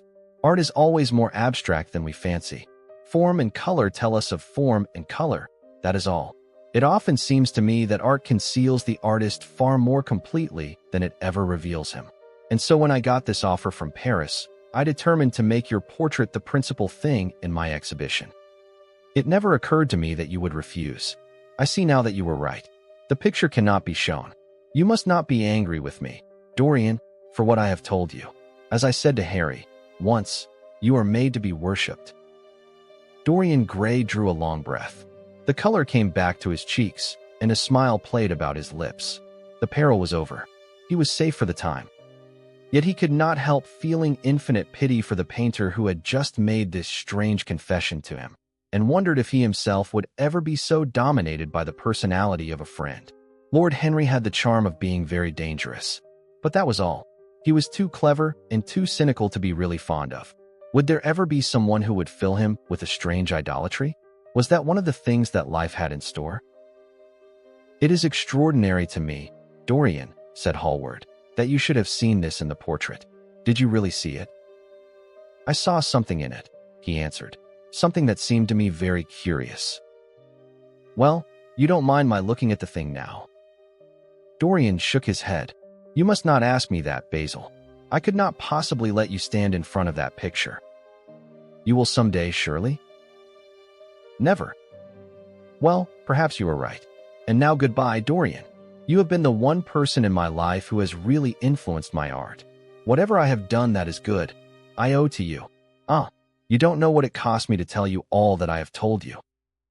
My dear Basil, said Dorian, what have you told me? Simply that you felt that you admired me too much. That is not even a compliment. It was not intended as a compliment. It was a confession. Now that I have made it, something seems to have gone out of me. Perhaps one should never put one's worship into words. It was a very disappointing confession. Why? What did you expect, Dorian? You didn't see anything else in the picture, did you? There was nothing else to see. No, there was nothing else to see. Why do you ask? But you mustn't talk about worship. It is foolish. You and I are friends, Basil, and we must always remain so. You have got Harry, said the painter sadly. Oh, Harry, cried the lad, with a ripple of laughter. Harry spends his days in saying what is incredible and his evenings in doing what is improbable. Just the sort of life I would like to lead. But still I don't think I would go to Harry if I were in trouble. I would sooner go to you, Basil. You will sit to me again? Impossible. You spoil my life as an artist by refusing, Dorian. No man comes across two ideal things. Few come across one. I can't explain it to you, Basil, but I must never sit to you again. There is something fatal about a portrait. It has a life of its own. I will come and have tea with you. That will be just as pleasant. Pleasanter for you, I am afraid, murmured Hallward regretfully. And now goodbye. I am sorry you won't let me look at the picture once again, but that can't be helped. I quite understand what you feel about it. As he left the room, Dorian Gray smiled to himself. Poor Basil, how little he knew of the true reason, and how strange it was that, instead of having been forced to reveal his own secret, he had succeeded, almost by chance, in wresting a secret from his friend. How much that strange confession explained to him. The painter's absurd fits of jealousy, his wild devotion, his extravagant panegyrics, his curious reticences, he understood them all now, and he felt sorry. There seemed to him to be something tragic in a friendship so colored by romance. He sighed and touched the bell. The portrait must be hidden away at all costs. He could not run such a risk of discovery again. It had been mad of him to have allowed the thing to remain, even for an hour, in a room to which any of his friends had access. Chapter 10. The Cruel Awakening. When his servant entered, he looked at him steadfastly and wondered if he had thought of peering behind the screen. The man was quite impassive and waited for his orders. Dorian lit a cigarette and walked over to the glass and glanced into it. He could see the reflection of Victor's face perfectly. It was like a placid mask of servility. There was nothing to be afraid of there, yet he thought it best to be on his guard. Speaking very slowly, he told him to tell the housekeeper that he wanted to see her, and then to go to the frame maker and ask him to send 2 of his men round at once. It seemed to him that as the man left the room his eyes wandered in the direction of the screen. Or was that merely his own fancy? After a few moments, in her black silk dress, with old-fashioned thread mittens on her wrinkled hands, Mrs. Leaf bustled into the library. He asked her for the key of the schoolroom. "The old schoolroom, Mr. Dorian?" she exclaimed. "Why, it is full of dust. I must get it arranged and put straight before you go into it. It is not fit for you to see, sir. It is not, indeed." "I don't want to put straight, Leaf. I only want the key." "Well, sir, you'll be covered with cobwebs if you go into it. Why, it hasn't been opened for nearly 5 years. Not since his lordship died." He winced at the mention of his grandfather. He had hateful memories of him. "That does not matter," he answered. "I simply want to see the place, that is all. Give me the key." "And here is the key, sir," said the old lady, going over the contents of her bunch with tremulously uncertain hands. "Here is the key. I'll have it off the bunch in a moment. But you don't think of living up there, sir, and you so comfortable here?" "No, no," he cried petulantly. "Thank you, Leaf. That will do." She lingered for a few moments and was garrulous over some detail of the household. He sighed and told her to manage things as she thought best. She left the room, wreathed in smiles.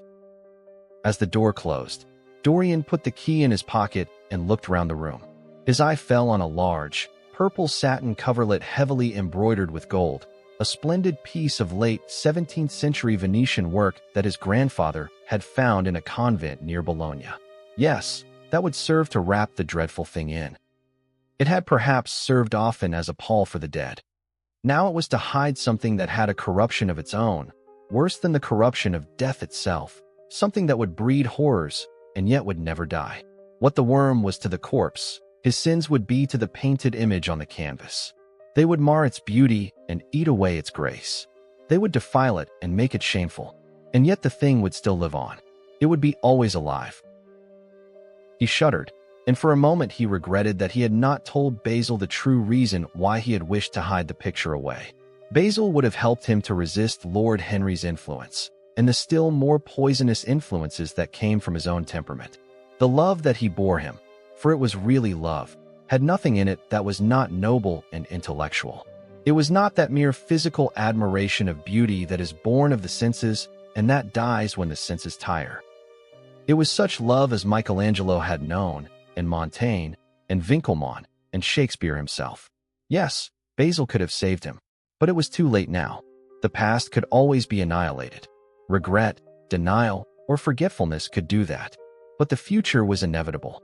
There were passions in him that would find their terrible outlet, dreams that would make the shadow of their evil real. He took up from the couch the great purple and gold texture that covered it, and, holding it in his hands, passed behind the screen. Was the face on the canvas viler than before? It seemed to him that it was unchanged, and yet his loathing of it was intensified. Gold hair, blue eyes, and rose-red lips, they all were there. It was simply the expression that had altered. That was horrible in its cruelty. Compared to what he saw in it of censure or rebuke, how shallow Basil's reproaches about Sybil Vane had been. How shallow, and of what little account. His own soul was looking out at him from the canvas and calling him to judgment. A look of pain came across him, and he flung the rich pall over the picture.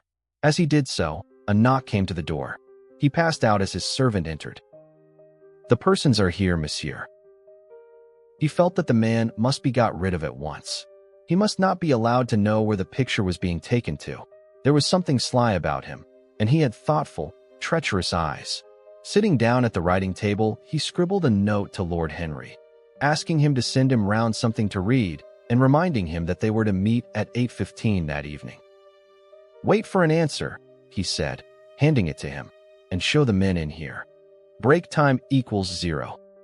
5s/".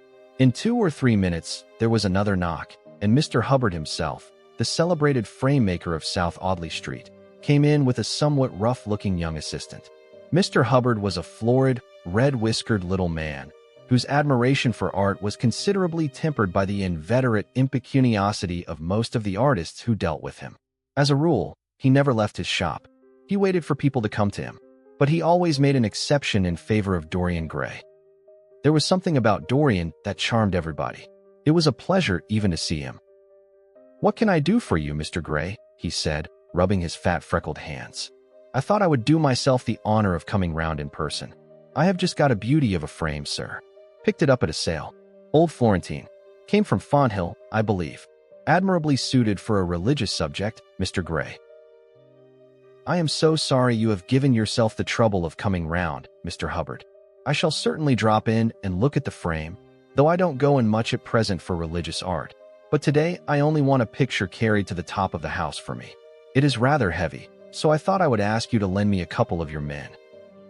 "No trouble at all, Mr. Gray. I am delighted to be of any service to you. Which is the work of art, sir?"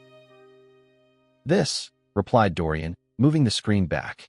"Can you move it, covering and all, just as it is? I don't want it to get scratched going upstairs." "There will be no difficulty, sir," said the genial frame-maker, beginning, with the aid of his assistant, to unhook the picture from the long brass chains by which it was suspended. "And, now, where shall we carry it to, Mr. Gray?" "I will show you the way, Mr. Hubbard, if you will kindly follow me. Or perhaps you had better go in front. I am afraid it is right at the top of the house. We will go up by the front staircase, as it is wider." He held the door open for them, and they passed out into the hall and began the ascent. The elaborate character of the frame had made the picture extremely bulky, and now and then, in spite of the obsequious protests of Mr. Hubbard, who had the true tradesman's spirited dislike of seeing a gentleman doing anything useful, Dorian put his hand to it so as to help them. "Something of a load to carry, sir," gasped the little man when they reached the top landing, and he wiped his shiny forehead. "I am afraid it is rather heavy," murmured Dorian as he unlocked the door that opened into the room that was to keep for him the curious secret of his life and hide his soul from the eyes of men. He had not entered the place for more than 4 years. Not, indeed, since he had used it first as a playroom when he was a child, and then as a study when he grew somewhat older. It was a large, well-proportioned room, which had been specially built by the last Lord Kelso for the use of the little grandson whom, for his strange likeness to his mother, and also for other reasons, he had always hated and desired to keep at a distance. It appeared to Dorian to have but little changed. There was the huge Italian cassone with its fantastically painted panels and its tarnished gilt moldings, in which he had so often hidden himself as a boy. There the satinwood bookcase filled with his dog-eared schoolbooks. On the wall behind it was hanging the same ragged Flemish tapestry where a faded king and queen were playing chess in a garden, while a company of hawkers rode by, carrying hooded birds on their gauntlet wrists. How well he remembered it all. Every moment of his lonely childhood came back to him as he looked round. He recalled the stainless purity of his boyish life, and it seemed horrible to him that it was here the fatal portrait was to be hidden away. How little he had thought, in those dead days, of all that was in store for him. But there was no other place in the house so secure from prying eyes as this. He had the key, and no one else could enter it. Beneath its purple pall, the face painted on the canvas could grow bestial, sodden, and unclean. What did it matter? No one could see it. He himself would not see it. Why should he watch the hideous corruption of his soul? He kept his youth, that was enough. And, besides, might not his nature grow finer after all? There was no reason that the future should be so full of shame. Some love might come across his life and purify him, and shield him from those sins that seemed to be already stirring in spirit and in flesh. Those curious, unpictured sins whose very mystery lent them their subtlety and their charm. Perhaps, someday, the cruel look would have passed away from the scarlet sensitive mouth, and he might show to the world Basil Hallward's masterpiece. No, that was impossible. Hour by hour, and week by week, the thing upon the canvas was growing old. It might escape the hideousness of sin, but the hideousness of age was in store for it. The cheeks would become hollow or flaccid. Yellow crow's feet would creep round the fading eyes and make them horrible. The hair would lose its brightness. The mouth would gape or droop, would be foolish or gross, as the mouths of old men are. There would be the wrinkled throat, the cold, blue-veined hands, the twisted body that he remembered in the grandfather who had been so stern to him in his boyhood. The picture had to be concealed. There was no help for it. "Bring it in, Mr. Hubbard, please," he said, wearily, turning round. "I am sorry I kept you so long. I was thinking of something else." "Always glad to have a rest, Mr. Gray," answered the frame maker, who was still gasping for breath. "Where shall we put it, sir?" "Oh, anywhere. Here, this will do. I don't want to have it hung up. Just lean it against the wall. Thanks." "Might one look at the work of art, sir?" Dorian started. "It would not interest you, Mr. Hubbard," he said, keeping his eye on the man. He felt ready to leap upon him and fling him to the ground if he dared to lift the gorgeous hanging that concealed the secret of his life. "I shan't trouble you any more now. I am much obliged for your kindness in coming round." Not at all, Mr. Gray. Ever ready to do anything for you, sir." And Mr. Hubbard tramped downstairs, followed by the assistant, who glanced back at Dorian with a look of shy wonder in his rough, uncomely face. He had never seen anyone so marvelous.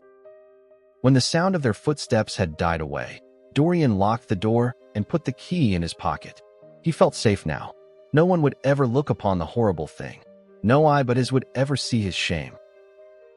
On reaching the library, he found that it was just after 5 o'clock and that the tea had been already brought up. On a little table of dark perfumed wood thickly encrusted with nacre, a present from Lady Radley, his guardian's wife, a pretty professional invalid, who had spent the preceding winter in Cairo, was lying a note from Lord Henry, and beside it was a book bound in yellow paper, the cover slightly torn and the edges soiled. A copy of the 3rd edition of the St. James's Gazette had been placed on the tea tray. It was evident that Victor had returned. He wondered if he had met the men in the hall as they were leaving the house and had wormed out of them what they had been doing. He would be sure to miss the picture, had no doubt missed it already, while he had been laying the tea things. The screen had not been set back, and a blank space was visible on the wall.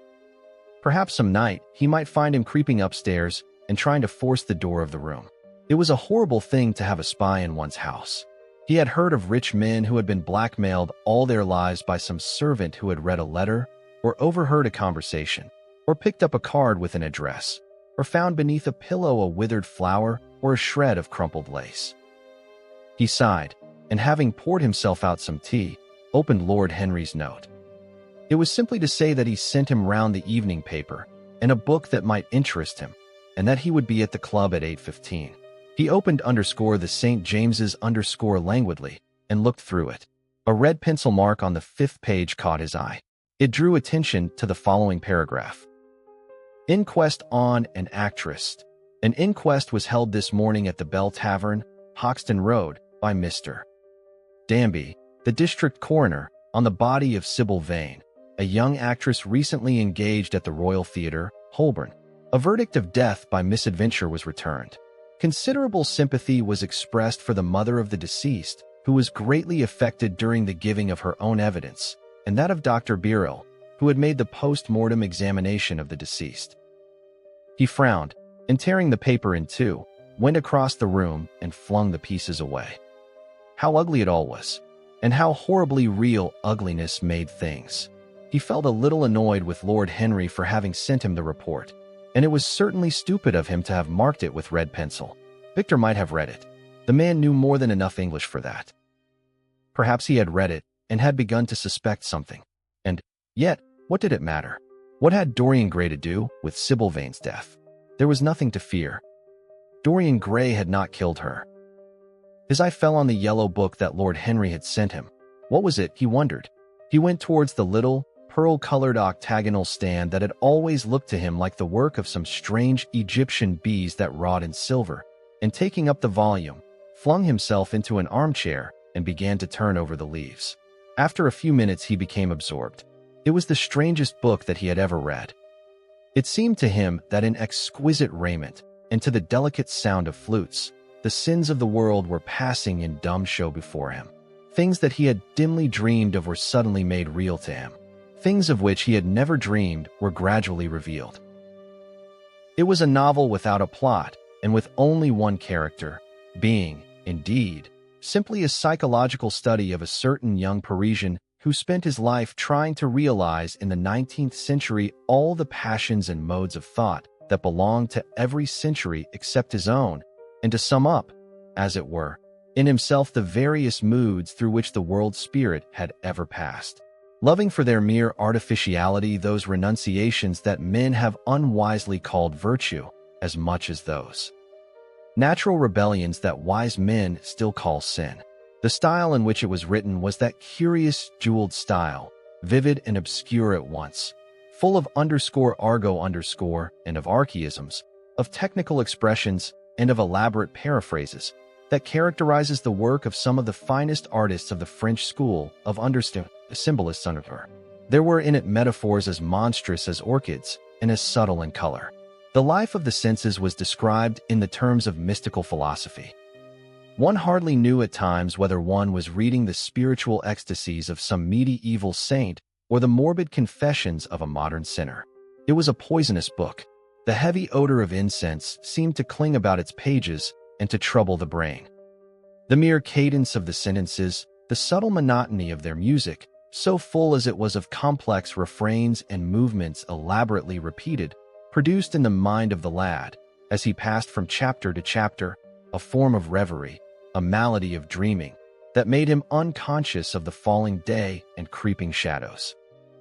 Cloudless, and pierced by one solitary star, a copper-green sky gleamed through the windows. He read on by its wan light till he could read no more. Then, after his valet had reminded him several times of the lateness of the hour, he got up, and going into the next room, placed the book on the little Florentine table that always stood at his bedside, and began to dress for dinner. It was almost 9 o'clock before he reached the club, where he found Lord Henry sitting alone, in the morning room, looking very much bored. "I am so sorry, Harry," he cried, "but really it is entirely your fault. That book you sent me so fascinated me that I forgot how the time was going." "Yes, I thought you would like it," replied his host, rising from his chair. "I didn't say I liked it, Harry. I said it fascinated me. There is a great difference." "Ah, you have discovered that," murmured Lord Henry, and they passed into the dining room. Chapter 11. The Breaking Point. For years, Dorian Gray could not free himself from the influence of this book. Or perhaps it would be more accurate to say that he never sought to free himself from it. He procured from Paris no less than 9 large paper copies of the first edition, and had them bound in different colors, so that they might suit his various moods and the changing fancies of a nature over which he seemed, at times, to have almost entirely lost control. The hero, the wonderful young Parisian in whom the romantic and the scientific temperaments were so strangely blended, became to him a kind of prefiguring type of himself. And, indeed, the whole book seemed to him to contain the story of his own life, written before he had lived it. In one point he was more fortunate than the novel's fantastic hero. He never knew, never, indeed, had any cause to know, that somewhat grotesque dread of mirrors and polished metal surfaces and still water which came upon the young Parisian so early in his life, and was occasioned by the sudden decay of a beau that had once, apparently, been so remarkable. It was with an almost cruel joy, and perhaps in nearly every joy, as certainly in every pleasure, cruelty has its place, that he used to read the latter part of the book, with its really tragic, if somewhat overemphasized, account of the sorrow and despair of one who had himself lost what in others, and the world, he had most dearly valued. For the wonderful beauty that had so fascinated Basil Hallward, and many others besides him, seemed never to leave him, even those who had heard the most evil things against him.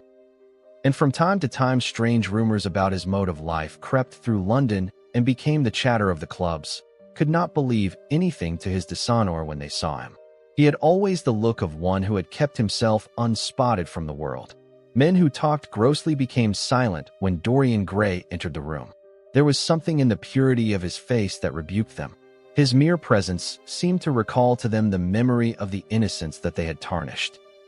They wondered how one so charming and graceful as he was could have escaped the stain of an age that was at once sordid and sensual.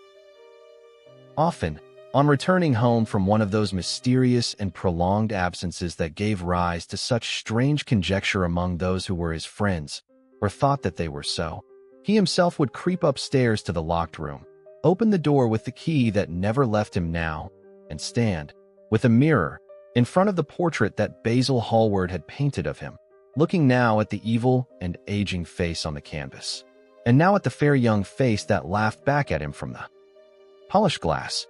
The very sharpness of the contrast used to quicken his sense of pleasure. He grew more and more enamored of his own beauty, more and more interested in the corruption of his own soul. He would examine with minute care, and sometimes with a monstrous and terrible delight, the hideous lines that seared the wrinkling forehead or crawled around the heavy sensual mouth, wondering sometimes which were the more horrible, the signs of sin or the signs of age. He would place his white hands beside the coarse bloated hands of the picture and smile. He mocked the misshapen body and the failing limbs. There were moments, indeed, at night, when, lying sleepless in his own delicately scented chamber, or in the sordid room of the little ill-famed tavern near the docks which, under an assumed name and in disguise, it was his habit to frequent, he would think of the ruin he had brought upon his soul with a pity that was all the more poignant because it was purely selfish. But moments such as these were rare. That curiosity about life which Lord Henry had first stirred in him, as they sat together in the garden of their friend, seemed to increase with gratification. The more he knew, the more he desired to know. He had mad hungers that grew more ravenous as he fed them. Yet he was not really reckless, at any rate in his relations to society. Once or twice every month during the winter, and on each Wednesday evening while the season lasted, he would throw open to the world his beautiful house and have the most celebrated musicians of the day to charm his guests with the wonders of their art. His little dinners, in the settling of which Lord Henry always assisted him, were noted as much for the careful selection and placing of those invited, as for the exquisite taste shown in the decoration of the table, with its subtle symphonic arrangements of exotic flowers and embroidered cloths and antique plate of gold and silver. Indeed, there were many, especially among the very young men, who saw, or fancied that they saw, in Dorian Gray the true realization of a type of which they had often dreamed in Eton or Oxford days, a type that was to combine something of the real culture of the scholar with all the grace and distinction and perfect manner of a citizen of the world. To them he seemed to be of the company of those whom Dante describes as having sought to make themselves perfect by the worship of beauty. Like Gautier, he was one for whom the visible world existed. And, certainly, to him life itself was the first, the greatest of the arts, and for it all the other arts seemed to be but a preparation. Fashion, by which what is really fantastic becomes for a moment universal, and dandyism, which, in its own way, is an attempt to assert the absolute modernity of beauty, had, of course, their fascination for him. His mode of dressing, and the particular styles that from time to time he affected, had their marked influence on the young exquisites of the Mayfair balls and Pall Mall club windows, who copied him in everything that he did, and tried to reproduce the accidental charm of his graceful, though to him only half-serious, fopperies.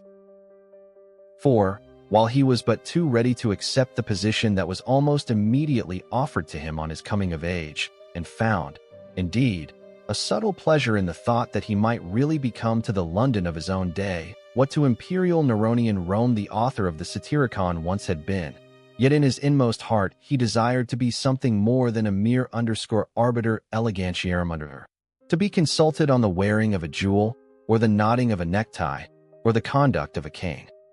He sought to elaborate some new scheme of life that would have its reasoned philosophy and its ordered principles, and find in the spiritualizing of the senses its highest realization. The worship of the senses has often, and with much justice, been decried, men feeling a natural instinct of terror about passions and sensations that seem stronger than themselves, and that they are conscious of sharing with the less highly organized forms of existence. But it appeared to Dorian Gray that the true nature of the senses had never been understood, and that they had remained savage and animal merely because the world had sought to starve them into submission or to kill them by pain, instead of aiming at making them elements of a new spirituality, of which a fine instinct for beauty was to be the dominant characteristic. As he looked back upon man moving through history, he was haunted by a feeling of loss. So much had been surrendered, and to such little purpose.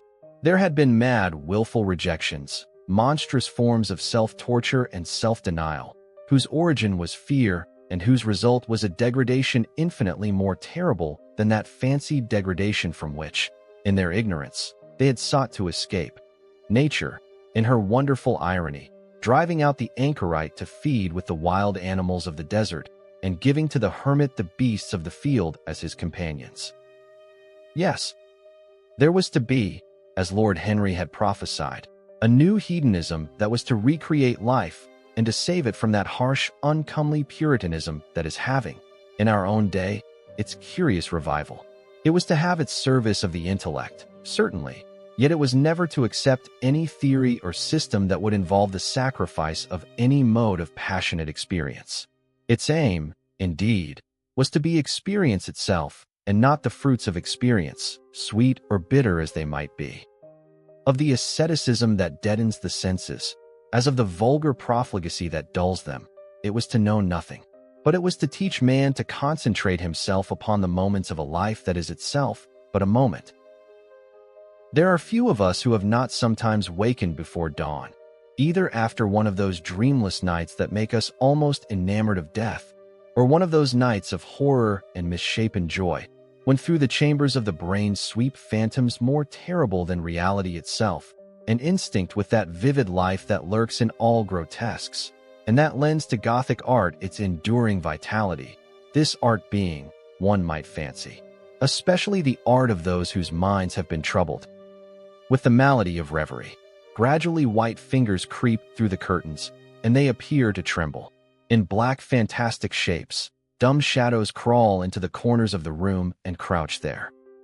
Outside, there is the stirring of birds among the leaves, or the sound of men going forth to their work, or the sigh and sob of the wind coming down from the hills and wandering round the silent house, as though it feared to wake the sleepers, and yet must needs call forth sleep from her purple cave. Veil after veil of thin dusky gauze is lifted, and by degrees the forms and colors of things are restored to them, and we watch the dawn remaking the world in its antique pattern. The wan mirrors get back their mimic life. The flameless tapers stand where we had left them, and beside them lies the half-cut book that we had been studying, or the wired flower that we had worn at the ball, or the letter that we had been afraid to read, or that we had read too often. Nothing seems to us changed. Out of the unreal shadows of the night comes back the real life that we had known. We have to resume it where we had left off, and there steals over us a terrible sense of the necessity for the continuance of energy in the same wearisome round of stereotyped habits, or a wild longing, it may be, that our eyelids might open some morning upon a world that had been refashioned anew in the darkness for our pleasure, a world in which things would have fresh shapes and colors, and be changed, or have other secrets. A world in which the past would have little or no place, or survive, at any rate, in no conscious form of obligation or regret, the remembrance even of joy having its bitterness and the memories of pleasure their pain. It was the creation of such worlds as these that seemed to Dorian Gray to be the true object, or amongst the true objects, of life. And in his search for sensations that would be at once new and delightful, and possess that element of strangeness that is so essential to romance, he would often adopt certain modes of thought that he knew to be really alien to his nature, abandon himself to their subtle influences, and then, having, as it were, caught their color and satisfied his intellectual curiosity, leave them with that curious indifference that is not incompatible with a real ardor of temperament, and that, indeed, according to certain modern psychologists, is often a condition of it. It was rumored of him once that he was about to join the Roman Catholic Communion, and certainly the Roman ritual had always a great attraction for him. The daily sacrifice, more awful really than all the sacrifices of the antique world, stirred him as much by its superb rejection of the evidence of the senses as by the primitive simplicity of its elements and the eternal pathos of the human tragedy that it sought to symbolize. He loved to kneel down on the cold marble pavement and watch the priest, in his stiff flowered dalmatic, slowly and with white hands moving aside the veil of the tabernacle, or raising aloft the jeweled, lantern-shaped monstrance with that pallid wafer that at times, one would fain think, is indeed the _panis celestis the bread of angels, or robed in the garments of the Passion of Christ, breaking the host into the chalice and smiting his breast for his sins. The fuming censers that the grave boys, in their lace and scarlet, tossed into the air like great gilt flowers had their subtle fascination for him. As he passed out, he used to look with wonder at the black confessionals and longed to sit in the dim shadow of one of them and listen to men and women whispering through the worn grating the true story of their lives. But he never fell into the error of arresting his intellectual development by any formal acceptance of creed or system, or of mistaking for a house in which to live, an inn that is but suitable for the sojourn of a night, or for a few hours of a night in which there are no stars, and the moon is in travail. Mysticism, with its marvelous power of making common things strange to us, and the subtle antinomianism that always seems to accompany it, moved him for a season. And for a season he inclined to the materialistic doctrines of the Darwinismus movement in Germany, and found a curious pleasure in tracing the thoughts and passions of men to some pearly cell in the brain, or some white nerve in the body, delighting in the conception of the absolute dependence of the spirit on certain physical conditions, morbid or healthy, normal or diseased. Yet, as has been said of him before, no theory of life seemed to him to be of any importance compared with life itself. He felt keenly conscious of how barren all intellectual speculation is when separated from action and experiment. He knew that the senses, no less than the soul, have their spiritual mysteries to reveal. And so he would now study perfumes and the secrets of their manufacture, distilling heavily scented oils and burning odorous gums from the East. He saw that there was no mood of the mind that had not its counterpart in the sensuous life, and set himself to discover their true relations, wondering what there was in frankincense that made one mystical, and in ambergris that stirred one's passions, and in violets that woke the memory of dead romances, and in musk that troubled the brain, and in chumpuk that stained the imagination. And seeking often to elaborate a real psychology of perfumes, and to estimate the several influences of sweet-smelling roots and scented, pollen-laden flowers, of aromatic balms and of dark and fragrant woods, of spikenard that sickens, of Hovenia that makes men mad, and of aloes that are said to be able to expel melancholy from the soul.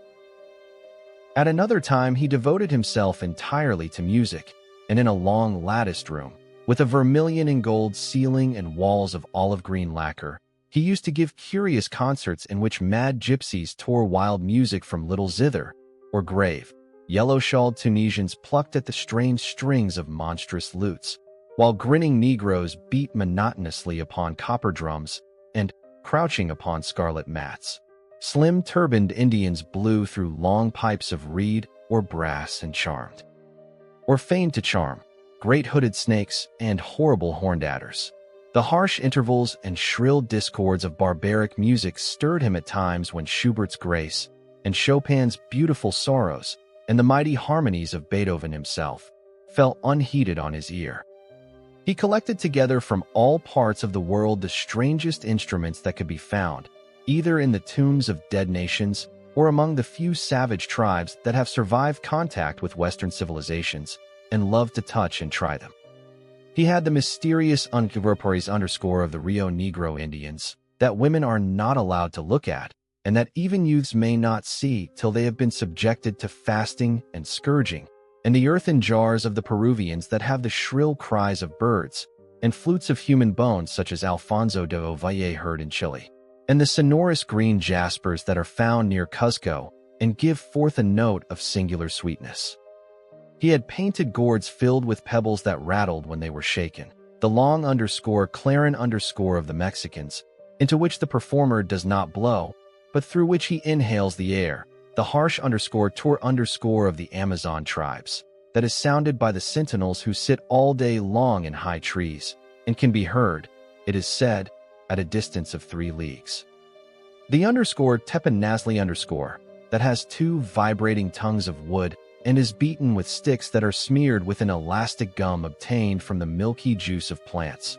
The underscore yatlunk bells of the Aztecs, that are hung in clusters like grapes, and a huge cylindrical drum, covered with the skins of great serpents, like the one that Bernal Diaz saw when he went with Cortez into the Mexican temple, and of whose doleful sound he has left us so vivid a description.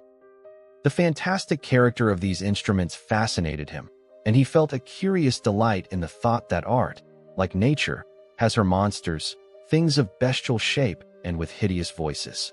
Yet, after some time, he wearied of them, and would sit in his box at the opera, either alone or with Lord Henry, listening in rapt pleasure to Tannhauser, and seeing in the prelude to that great work of art a presentation of the tragedy of his own soul.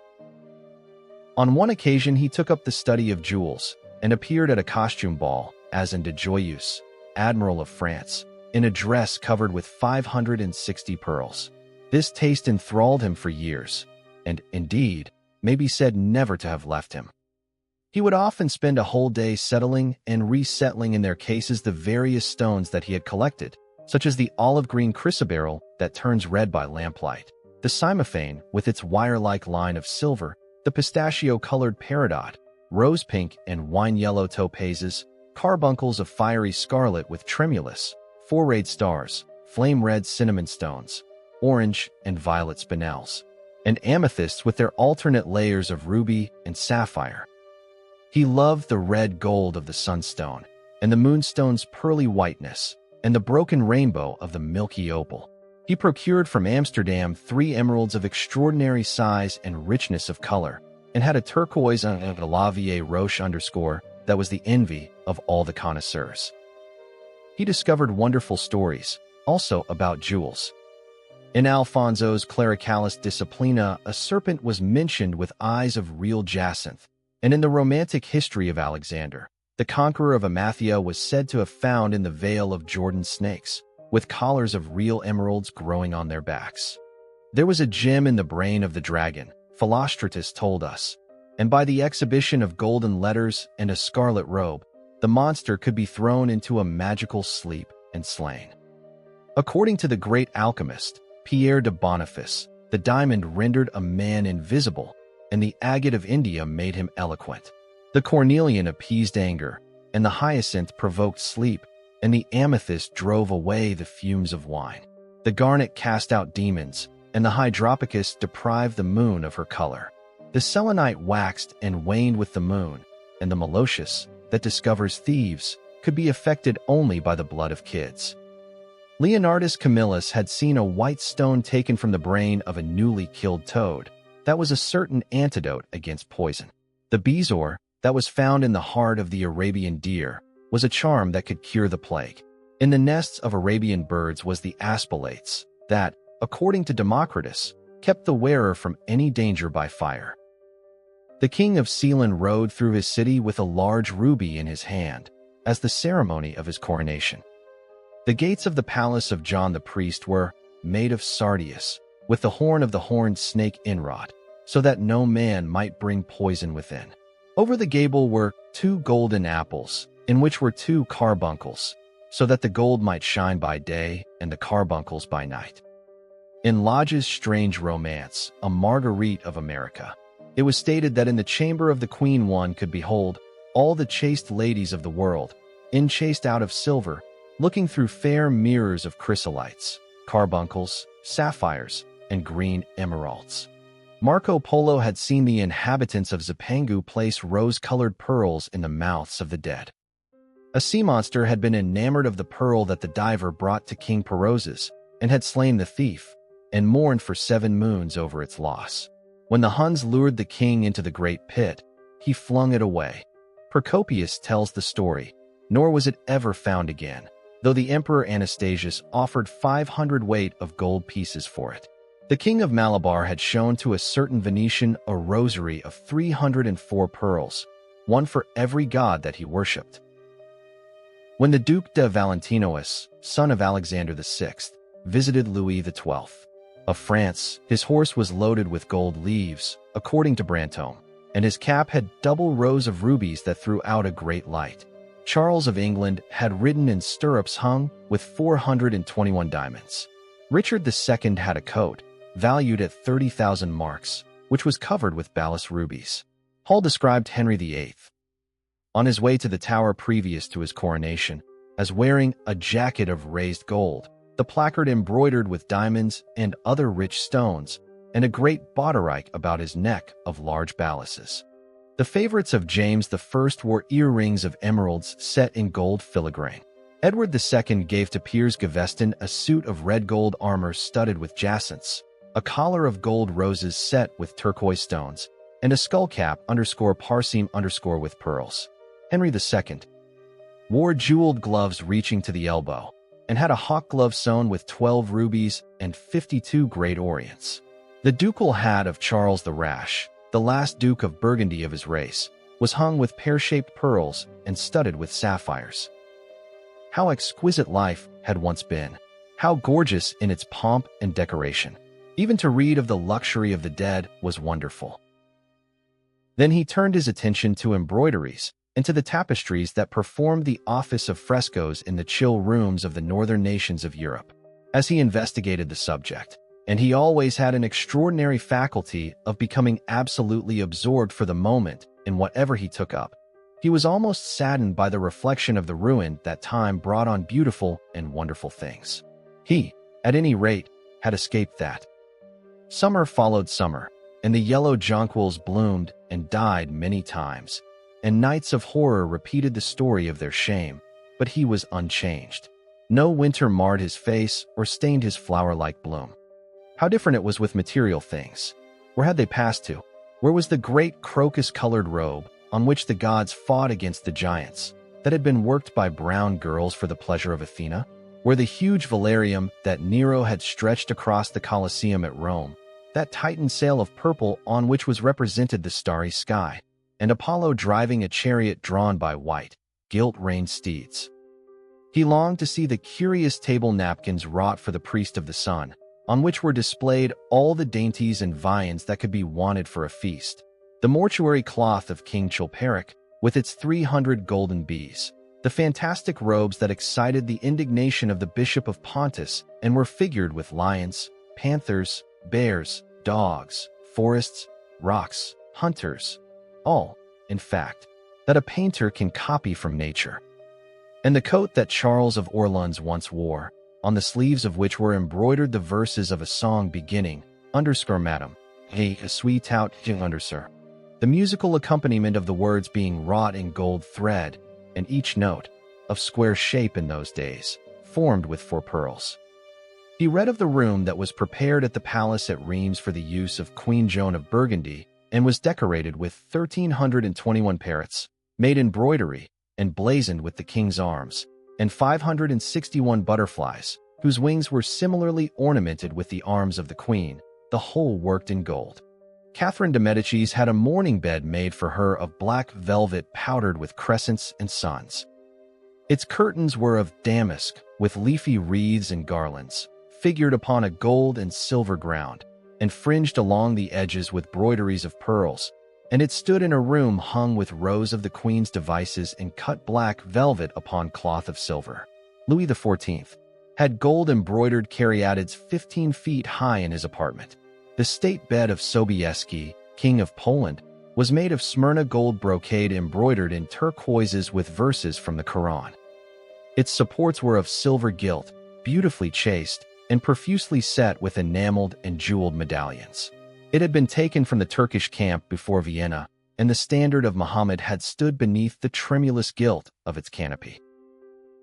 And so, for a whole year, he sought to accumulate the most exquisite specimens that he could find of textile and embroidered work, getting the dainty Delhi muslins, finely wrought with gold thread palmates and stitched over with iridescent beetles' wings, the Dhaka gauzes, that from their transparency are known in the East as woven air, and running water, and evening dew, strange figured cloths from Java, elaborate yellow Chinese hangings, books bound in tawny satins or fair blue silks and wrought with _fleurs de lis birds and images, veils of laces worked in Hungary point, Sicilian brocades and stiff Spanish velvets, Georgian work with its gilt coins, and Japanese ficus with their green-toned golds and their marvelously plumaged birds. He had a special passion, also, for ecclesiastical vestments, as indeed he had for everything connected with the service of the church.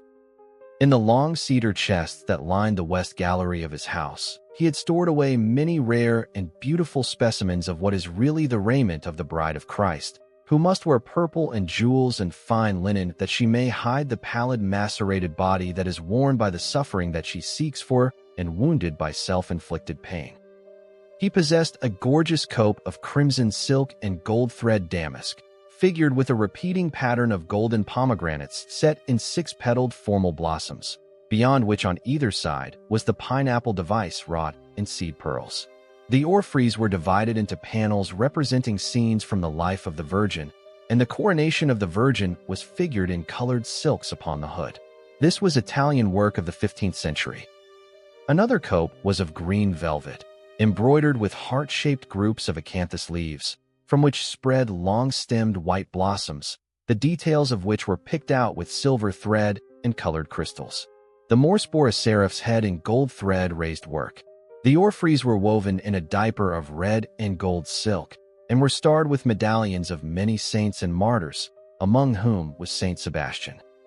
He had chasubles, also, of amber-colored silk, and blue silk and gold brocade, and yellow silk damask and cloth of gold, figured with representations of the Passion and Crucifixion of Christ, and embroidered with lions and peacocks and other emblems. Dalmatics of white satin and pink silk damask, decorated with tulips and dolphins and _fleurs de lis altar frontals of crimson velvet and blue linen, and many corporals, chalice veils, and sideria. In the mystic offices to which such things were put, there was something that quickened his imagination.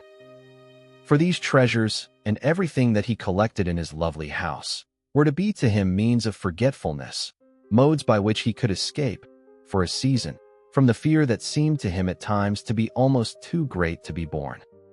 Upon the walls of the lonely locked room where he had spent so much of his boyhood, he had hung with his own hands the terrible portrait whose changing features showed him the real degradation of his life, and in front of it had draped the purple and gold pall as a curtain. For weeks he would not go there, would forget the hideous painted thing, and get back his light heart, his wonderful joyousness, his passionate absorption in mere existence. Then, suddenly, some night he would creep out of the house, go down to dreadful places near Bluegate Fields, and stay there, day after day, until he was driven away. On his return, he would sit in front of the picture, sometimes loathing it and himself, but filled, at other times, with that pride of individualism that is half the fascination of sin, and smiling with secret pleasure at the misshapen shadow that had to bear the burden that should have been his own. After a few years, he could not endure to be long out of England, and gave up the villa that he had shared at Trouville with Lord Henry, as well as the little white walled-in house at Algiers where they had more than once spent the winter. He hated to be separated from the picture that was such a part of his life, and was also afraid that during his absence someone might gain access to the room, in spite of the elaborate bars that he had caused to be placed upon the door. He was quite conscious that this would tell them nothing. It was true that the portrait still preserved, under all the foulness and ugliness of the face, its marked likeness to himself. But what could they learn from that? He would laugh at anyone who tried to taunt him. He had not painted it. What was it to him how vile and full of shame it looked? Even if he told them, would they believe it? Yet he was afraid. Sometimes when he was down at his great house in Nottinghamshire, entertaining the fashionable young men of his own rank who were his chief companions, and astounding the county by the wanton luxury and gorgeous splendor of his mode of life, he would suddenly leave his guests and rush back to town to see that the door had not been tampered with, and that the picture was still there. What if it should be stolen? The mere thought made him cold with horror. Surely the world would know his secret then. Perhaps the world already suspected it. For, while he fascinated many, there were not a few who distrusted him. He was very nearly blackballed at a West End club of which his birth and social position fully entitled him to become a member, and it was said that on one occasion, when he was brought by a friend into the smoking room of the Churchill, the Duke of Berwick and another gentleman got up in a marked manner and went out. Curious stories became current about him after he had passed his 25th year. It was rumored that he had been seen brawling with foreign sailors in a low den in the distant parts of Whitechapel, and that he consorted with thieves and coiners and knew the mysteries of their trade. His extraordinary absences became notorious, and, when he used to reappear again in society, men would whisper to each other in corners, or pass him with a sneer, or look at him with cold, searching eyes, as though they were determined to discover his secret. Of such insolences and attempted slights he, of course, took no notice, and in the opinion of most people his frank debonair manner, his charming boyish smile, and the infinite grace of that wonderful youth that seemed never to leave him, were in themselves a sufficient answer to the calumnies, for so they termed them, that were circulated about him. It was remarked, however, that some of those who had been most intimate with him appeared, after a time, to shun him. Women who had wildly adored him, and for his sake had braved all social censure and set convention at defiance, were seen to grow pallid with shame or horror if Dorian Gray entered the room. Yet these whispered scandals only increased in the eyes of many his strange and dangerous charm. His great wealth was a certain element of security. Society, civilized society, at least, is never very ready to believe anything to the detriment of those who are both rich and fascinating. It feels instinctively that manners are of more importance than morals, and, in its opinion, the highest respectability is of much less value than the possession of a good Unterschrift. And, after all, it is a very poor consolation to be told that the man who has given one a bad dinner, or poor wine, is irreproachable in his private life. Even the cardinal virtues cannot atone for half-cold _autres_, as Lord Henry remarked once, in a discussion on the subject, and there is possibly a good deal to be said for his view. For the canons of good society are, or should be, the same as the canons of art. Form is absolutely essential to it. It should have the dignity of a ceremony, as well as its unreality, and should combine the insincere character of a romantic play with the wit and beauty that makes such plays delightful to us. Is insincerity such a terrible thing? I think not. It is merely a method by which we can multiply our personalities. Such, at any rate, was Dorian Gray's opinion. He used to wonder at the shallow psychology of those who conceive the ego in man as a thing simple, permanent, reliable, and of one essence. To him, man was a being with myriad lives and myriad sensations, a complex multiform creature that bore within itself strange legacies of thought and passion, and whose very flesh was tainted with the monstrous maladies of the dead. He loved to stroll through the gaunt, cold picture gallery of his country house and look at the various portraits of those whose blood flowed in his veins. Here was Philip Herbert, described by Francis Osborne, in his memoirs on the reigns of Queen Elizabeth and King James, as one who was caressed by the court for his handsome face, which kept him not long company. Was it young Herbert's life that he sometimes led? Had some strange poisonous germ crept from body to body till it had reached his own? Was it some dim sense of that ruined grace that had made him so suddenly, and almost without cause, give utterance, in Basil Hallward's studio, to the mad prayer that had so changed his life? Here, in gold-embroidered red doublet, jeweled surcoat, and gilt-edged ruff and wristbands, stood Sir Anthony Sherard, with his silver and black armor piled at his feet. What had this man's legacy been? Had the lover of Giovanna of Naples bequeathed him some inheritance of sin and shame? Were his own actions merely the dreams that the dead man had not dared to realize? Here, from the fading canvas, smiled Lady Elizabeth Devereux, in her gauze hood, pearl stomacher, and pink, slashed sleeves. A flower was in her right hand, and her left clasped an enameled collar of white and damask roses. On a table by her side lay a mandolin and an apple. There were large green rosettes upon her little pointed shoes. He knew her life, and the strange stories that were told about her lovers. Had he something of her temperament in him? These oval, heavy-lidded eyes seemed to look curiously at him. What of George Willoughby, with his powdered hair and fantastic patches? How evil he looked! The face was saturnine and swarthy, and the sensual lips seemed to be twisted with disdain. Delicate lace ruffles fell over the lean yellow hands that were so overladen with rings. He had been a macaroni of the 18th century, and the friend, in his youth, of Lord Ferrars. What of the second Lord Beckenham, the companion of the Prince Regent in his wildest days, and one of the witnesses at the secret marriage with Mrs. Fitzherbert? How proud and handsome he was, with his chestnut curls and insolent pose. What passions had he bequeathed? The world had looked upon him as infamous. He had led the orgies at Carlton House. The Star of the Garter glittered upon his breast. Beside him hung the portrait of his wife, a pallid, thin-lipped woman in black. Her blood, also, stirred within him. How curious it all seemed. And his mother with her Lady Hamilton face and her moist, wine-dashed lips. He knew what he had got from her. He had got from her his beauty and his passion for the beauty of others. She laughed at him in her loose bikini dress. There were vine leaves in her hair. The purple spilled from the cup she was holding. The carnations of the painting had withered, but the eyes were still wonderful in their depth and brilliancy of color. They seemed to follow him wherever he went. Yet one had ancestors in literature as well as in one's own race, nearer perhaps in type and temperament, many of them, and certainly with an influence of which one was more absolutely conscious. There were times when it appeared to Dorian Gray that the whole of history was merely the record of his own life, not as he had lived it in act and circumstance, but as his imagination had created it for him, as it had been in his brain and in his passions. He felt that he had known them all, those strange, terrible figures that had passed across the stage of the world and made sin so marvelous and evil so full of subtlety. It seemed to him that in some mysterious way their lives had been his own. The hero of the wonderful novel that had so influenced his life had himself known this curious fancy. In the 7th chapter he tells how, crowned with laurel, lest lightning might strike him, he had sat, as Tiberius, in a garden at Capri, reading the shameful books of Elephantis, while dwarfs and peacocks strutted round him and the flute player mocked the swinger of the censer.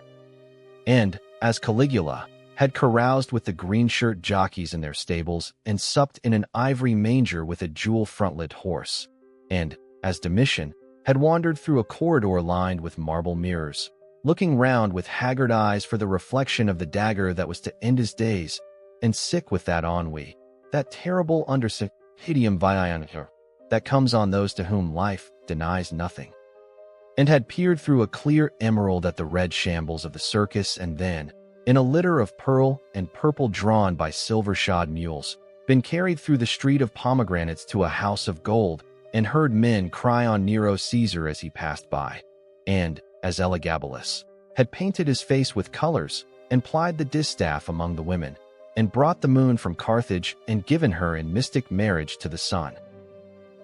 Over and over again Dorian used to read this fantastic chapter, and the 2 chapters immediately following, in which, as in some curious tapestries or cunningly wrought enamels, were pictured the awful and beautiful forms of those whom vice and blood and weariness had made monstrous or mad. Filippo, Duke of Milan, who slew his wife and painted her lips with a scarlet poison that her lover might suck death from the dead thing he fondled.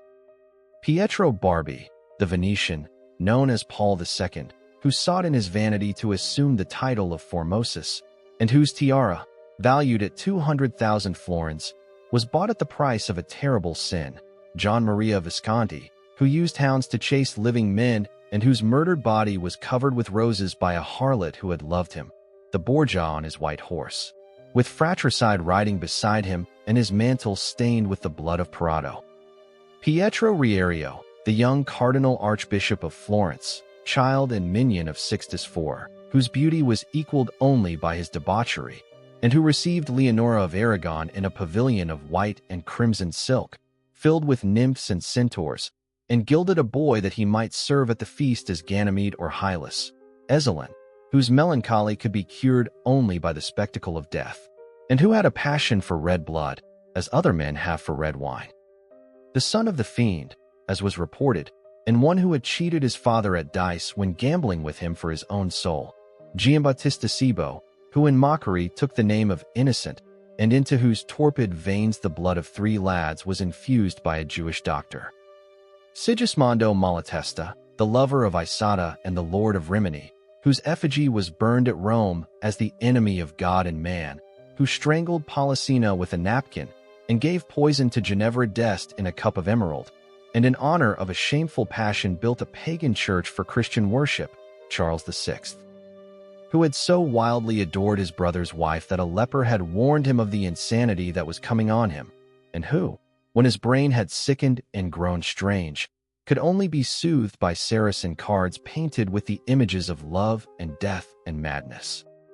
And, in his trim jerkin and jeweled cap and acanthus-like curls, Griffinetto Baglioni, who slew a store with his bride, and Simonetto with his page, and whose comeliness was such that, as he lay dying in the yellow piazza of Perugia, those who had hated him could not choose but weep, and Atlanta, who had cursed him, blessed him.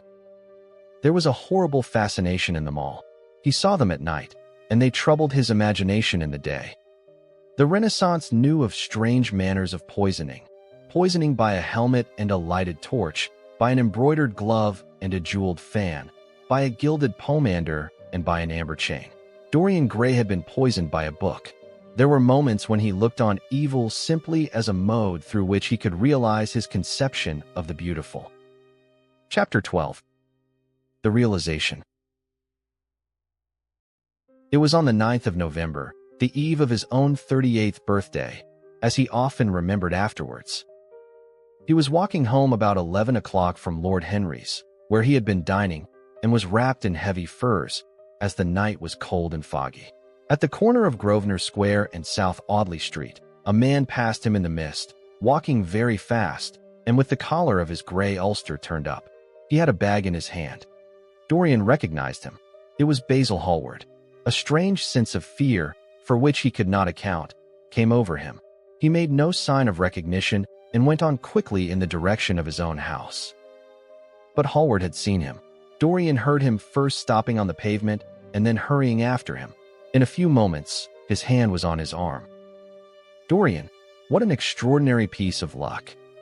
I have been waiting for you in your library ever since 9 o'clock. Finally, I took pity on your tired servant and told him to go to bed, as he let me out. I am off to Paris by the midnight train, and I particularly wanted to see you before I left. I thought it was you, or rather your fur coat, as you passed me, but I wasn't quite sure. Didn't you recognize me?" "In this fog, my dear Basil? Why, I can't even recognize Grosvenor Square. I believe my house is somewhere about here, but I don't feel at all certain about it. I am sorry you are going away, as I have not seen you for ages. But I suppose you will be back soon. No, I am going to be out of England for 6 months. I intend to take a studio in Paris and shut myself up till I have finished a great picture I have in my head. However, it wasn't about myself I wanted to talk. Here we are at your door. Let me come in for a moment. I have something to say to you. I shall be charmed. But won't you miss your train? Said Dorian Gray languidly as he passed up the steps and opened the door with his latchkey. The lamplight struggled out through the fog, and Hallward looked at his watch. I have heaps of time, he answered. The train doesn't go till 12:15, and it is only just 11. In fact, I was on my way to the club to look for you when I met you. You see, I shan't have any delay about luggage, as I have sent on my heavy things. All I have with me is in this bag, and I can easily get to Victoria in 20 minutes. Dorian looked at him and smiled. What a way for a fashionable painter to travel. A Gladstone bag and an ulster. Come in, or the fog will get into the house. And mind you don't talk about anything serious. Nothing is serious nowadays. At least nothing should be. Hallward shook his head as he entered and followed Dorian into the library. There was a bright wood fire blazing in the large open hearth. The lamps were lit, and an open Dutch silver spirit case stood, with some siphons of soda water and large cut-glass tumblers, on a little marquetry table. You see, your servant made me quite at home, Dorian. He gave me everything I wanted, including your best gold-tipped cigarettes. He is a most hospitable creature. I like him much better than the Frenchman you used to have. What has become of the Frenchman, by the by? Dorian shrugged his shoulders. I believe he married Lady Radley's maid, and has established her in Paris as an English dressmaker. _Anglomania_ is very fashionable over there now, I hear. It seems silly of the French, doesn't it? But, do you know, he was not at all a bad servant.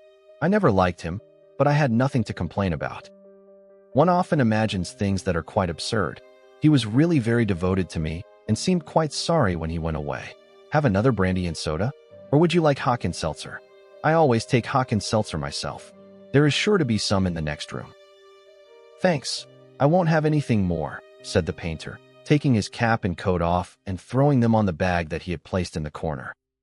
And now, my dear fellow, I want to speak to you seriously. Don't frown like that. You make it so much more difficult for me. What is it all about? Cried Dorian in his petulant way, flinging himself down on the sofa. I hope it is not about myself. I am tired of myself tonight. I should like to be somebody else. It is about yourself, answered Hallward in his grave, deep voice, and I must say it to you. I shall only keep you half an hour. Dorian sighed and lit a cigarette. Half an hour, he murmured.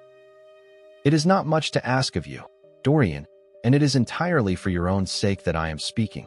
I think it right that you should know that the most dreadful things are being said against you in London. I don't wish to know anything about them. I love scandals about other people, but scandals about myself don't interest me. They have not got the charm of novelty. They must interest you, Dorian. Every gentleman is interested in his good name. You don't want people to talk of you as something vile and degraded. Of course, you have your position and your wealth and all that kind of thing. But position and wealth are not everything. Mind you, I don't believe these rumors at all. At least, I can't believe them when I see you. Sin is a thing that writes itself across a man's face. It cannot be concealed. People talk sometimes of secret vices. There are no such things. If a wretched man has a vice, it shows itself in the lines of his mouth, the droop of his eyelids, the molding of his hands even. Somebody, I won't mention his name, but you know him, came to me last year to have his portrait done. I had never seen him before and had never heard anything about him at the time, though I have heard a good deal since. He offered an extravagant price. I refused him. There was something in the shape of his fingers that I hated. I know now that I was quite right in what I fancied about him. His life is dreadful. But you, Dorian, with your pure, bright, innocent face and your marvelous, untroubled youth, I can't believe anything against you. And yet I see you very seldom, and you never come down to the studio now. And when I am away from you, and I hear all these hideous things that people are whispering about you, I don't know what to say. Why is it, Dorian, that a man like the Duke of Berwick leaves the room of a club when you enter it? Why is it that so many gentlemen in London will neither go to your house or invite you to theirs? You used to be a friend of Lord Staveley. I met him at dinner last week. Your name happened to come up in conversation in connection with the miniatures you have lent to the exhibition at the Dudley. Staveley curled his lip and said that you might have the most artistic tastes, but that you were a man whom no pure-minded girl should be allowed to know, and whom no chaste woman should sit in the same room with. I reminded him that I was a friend of yours, and asked him what he meant. He told me. He told me right out before everybody. It was horrible. Why is your friendship so fatal to young men? There was that wretched boy in the Guards who committed suicide. You were his great friend. There was Sir Henry Ashton, who had to leave England with a tarnished name. You and he were inseparable. What about Adrian Singleton and his dreadful end? What about Lord Kent's only son and his career? I met his father yesterday in St. James's Street. He seemed broken with shame and sorrow. What about the young Duke of Perth? What sort of life has he got now? What gentleman would associate with him? Stop, Basil. You are talking about things of which you know nothing, said Dorian Gray, biting his lip, and with a note of infinite contempt in his voice. You ask me why Barrack leaves a room when I enter it. It is because I know everything about his life, not because he knows anything about mine. With such blood as he has in his veins, how could his record be clean? You ask me about Henry Ashton and young Perth. Did I teach the one his vices and the other his debauchery? If Kent's silly son takes his wife from the streets, what is that to me? If Adrian Singleton writes his friend's name across a bill, am I his keeper? I know how people chatter in England. The middle classes air their moral prejudices over their gross dinner tables and whisper about what they call the profligacies of their betters in order to try and pretend that they are in smart society and on intimate terms with the people they slander. In this country, it is enough for a man to have distinction and brains for every common tongue to wag against him. And what sort of lives do these people, who pose as being moral, lead themselves? My dear fellow, you forget that we are in the native land of the hypocrite. Dorian, cried Hallward, that is not the question. England is bad enough, I know, and English society is all wrong. That is the reason why I want you to be fine. You have not been fine. One has a right to judge of a man by the effect he has over his friends. Yours seem to lose all sense of honor, of goodness, of purity. You have filled them with a madness for pleasure. They have gone down into the depths. You led them there. Yes, you led them there, and yet you can smile, as you are smiling now. And there is worse behind. I know you and Harry are inseparable. Surely for that reason, if for none other, you should not have made his sister's name a byword. Break time equals 0. 5s/. Take care, Basil. You go too far. I must speak, and you must listen. You shall listen. When you met Lady Gwendolen, not a breath of scandal had ever touched her. Is there a single decent woman in London now who would drive with her in the park? Why, even her children are not allowed to live with her. Then there are other stories that you have been seen creeping at dawn out of dreadful houses and slinking in disguise into the foulest dens in London. Are they true? Can they be true? When I first heard them, I laughed. I hear them now, and they make me shudder. What about your country house and the life that is led there? Dorian, you don't know what is said about you. I won't tell you that I don't want to preach to you. I remember Harry saying once that every man who turned himself into an amateur curate for the moment always began by saying that, and then proceeded to break his word. I do want to preach to you. I want you to lead such a life as will make the world respect you. I want you to have a clean name and a fair record. I want you to get rid of the dreadful people you associate with. Don't shrug your shoulders like that. Don't be so indifferent. You have a wonderful influence. Let it be for good, not for evil. They say that you corrupt every one with whom you become intimate, and that it is quite sufficient for you to enter a house for shame of some kind to follow after. I don't know whether it is so or not. How should I know? But it is said of you. I am told things that it seems impossible to doubt. Lord Gloucester was one of my greatest friends at Oxford. He showed me a letter that his wife had written to him when she was dying alone in her villa at Mentone. Your name was implicated in the most terrible confession I ever read. I told him that it was absurd, that I knew you thoroughly, and that you were incapable of anything of the kind. Know you? I wonder, do I know you? Before I could answer that, I should have to see your soul. To see my soul, muttered Dorian Gray, starting up from the sofa and turning almost white from fear. Yes, answered Hallward gravely, and with deep-toned sorrow in his voice, to see your soul. But only God can do that. A bitter laugh of mockery broke from the lips of the younger man. You shall see it yourself, tonight, he cried, seizing a lamp from the table. Come, it is your own handiwork. Why shouldn't you look at it? You can tell the world all about it afterwards, if you choose. Nobody would believe you. If they did believe you, they would like me all the better for it. I know the age better than you do, though you will prate about it so tediously. Come, I tell you, you have chattered enough about corruption. Now you shall look on it face to face. There was the madness of pride in every word he uttered. He stamped his foot upon the ground in his boyish, insolent manner. He felt a terrible joy at the thought that someone else was to share his secret, and that the man who had painted the portrait that was the origin of all his shame was to be burdened for the rest of his life with the hideous memory of what he had done. Yes, he continued, coming closer to him and looking steadfastly into his stern eyes, I shall show you my soul. You shall see the thing that you fancy only God can see. Hallward started back. This is blasphemy, Dorian, he cried. You must not say things like that. They are horrible, and they don't mean anything. You think so? He laughed again. I know so. As for what I said to you tonight, I said it for your good. You know I have been always a stanch friend to you. Don't touch me. Finish what you have to say. A twisted flash of pain shot across the painter's face. He paused for a moment, and a wild feeling of pity came over him. After all, what right had he to pry into the life of Dorian Gray? If he had done a tithe of what was rumored about him, how much he must have suffered. Then he straightened himself up and walked over to the fireplace, and stood there, looking at the burning logs with their frost-like ashes and their throbbing cores of flame. I am waiting, Basil, said the young man in a hard, clear voice. He turned round. What I have to say is this, he cried. You must give me some answer to these horrible charges that are made against you. If you tell me that they are absolutely untrue from beginning to end, I shall believe you. Deny them, Dorian, deny them. Can't you see what I am going through? My God, don't tell me that you are bad and corrupt and shameful. Dorian Gray smiled. There was a curl of contempt in his lips. Come upstairs, Basil, he said quietly. I keep a diary of my life from day to day, and it never leaves the room in which it is written. I shall show it to you if you come with me.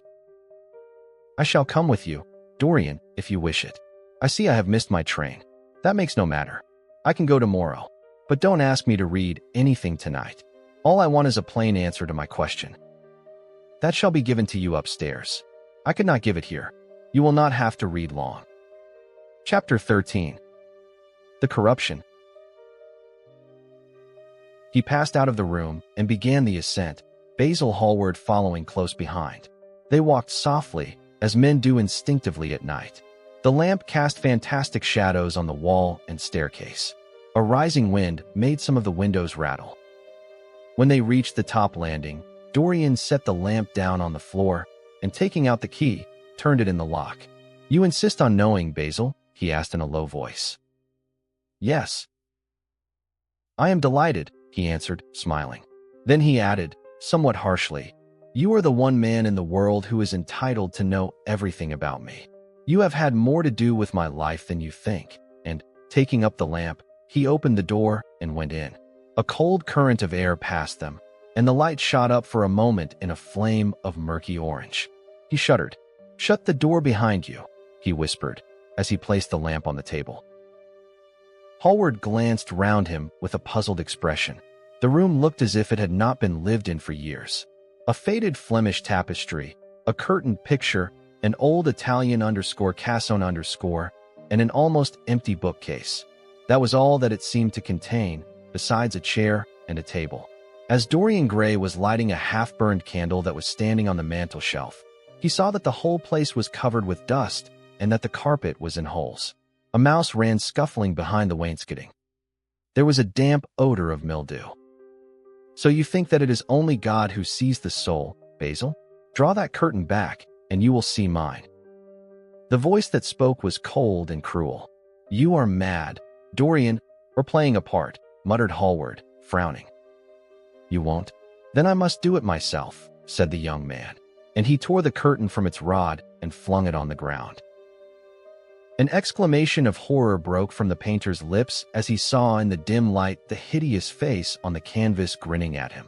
There was something in its expression that filled him with disgust and loathing. Good heavens!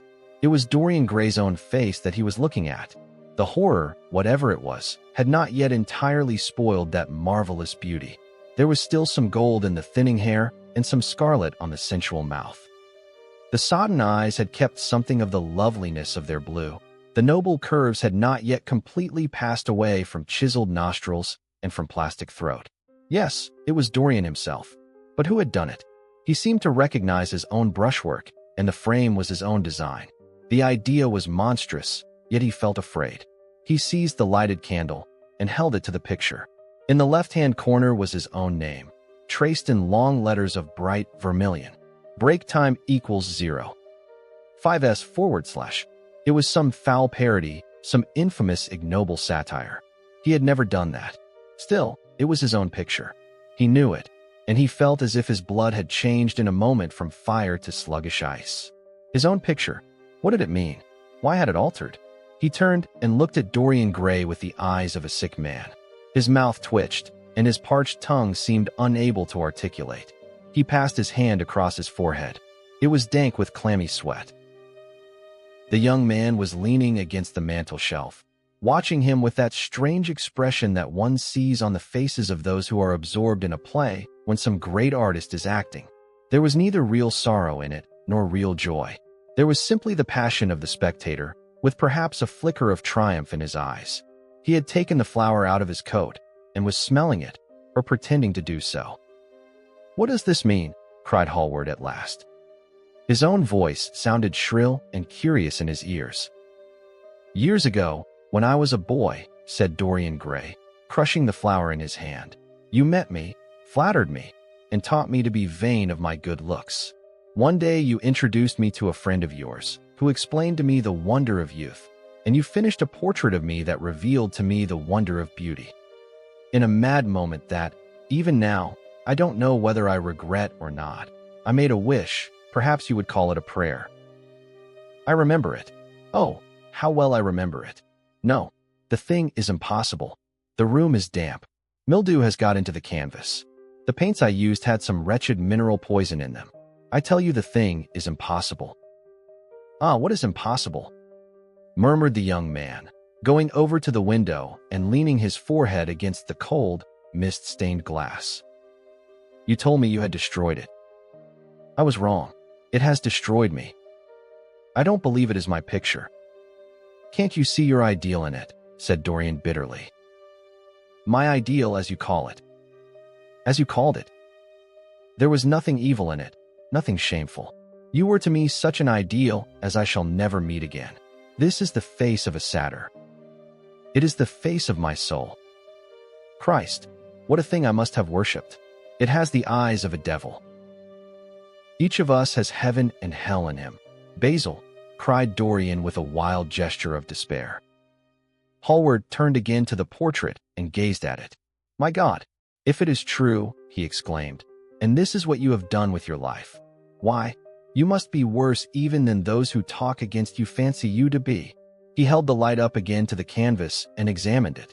The surface seemed to be quite undisturbed and as he had left it. It was from within, apparently, that the foulness and horror had come. Through some strange quickening of inner life, the leprosies of sin were slowly eating the thing away. The rotting of a corpse in a watery grave was not so fearful. His hand shook, and the candle fell from its socket on the floor and lay there sputtering. He placed his foot on it and put it out. Then he flung himself into the rickety chair that was standing by the table and buried his face in his hands. Good God, Dorian, what a lesson! What an awful lesson! There was no answer, but he could hear the young man sobbing at the window. "Pray, Dorian, pray," he murmured. "What is it that one was taught to say in one's boyhood? Lead us not into temptation. Forgive us our sins. Wash away our iniquities. Let us say that together. The prayer of your pride has been answered. The prayer of your repentance will be answered also. I worshipped you too much. I am punished for it. You worshipped yourself too much. We are both punished." Dorian Gray turned slowly around and looked at him with tear-dimmed eyes. "It is too late, Basil," he faltered.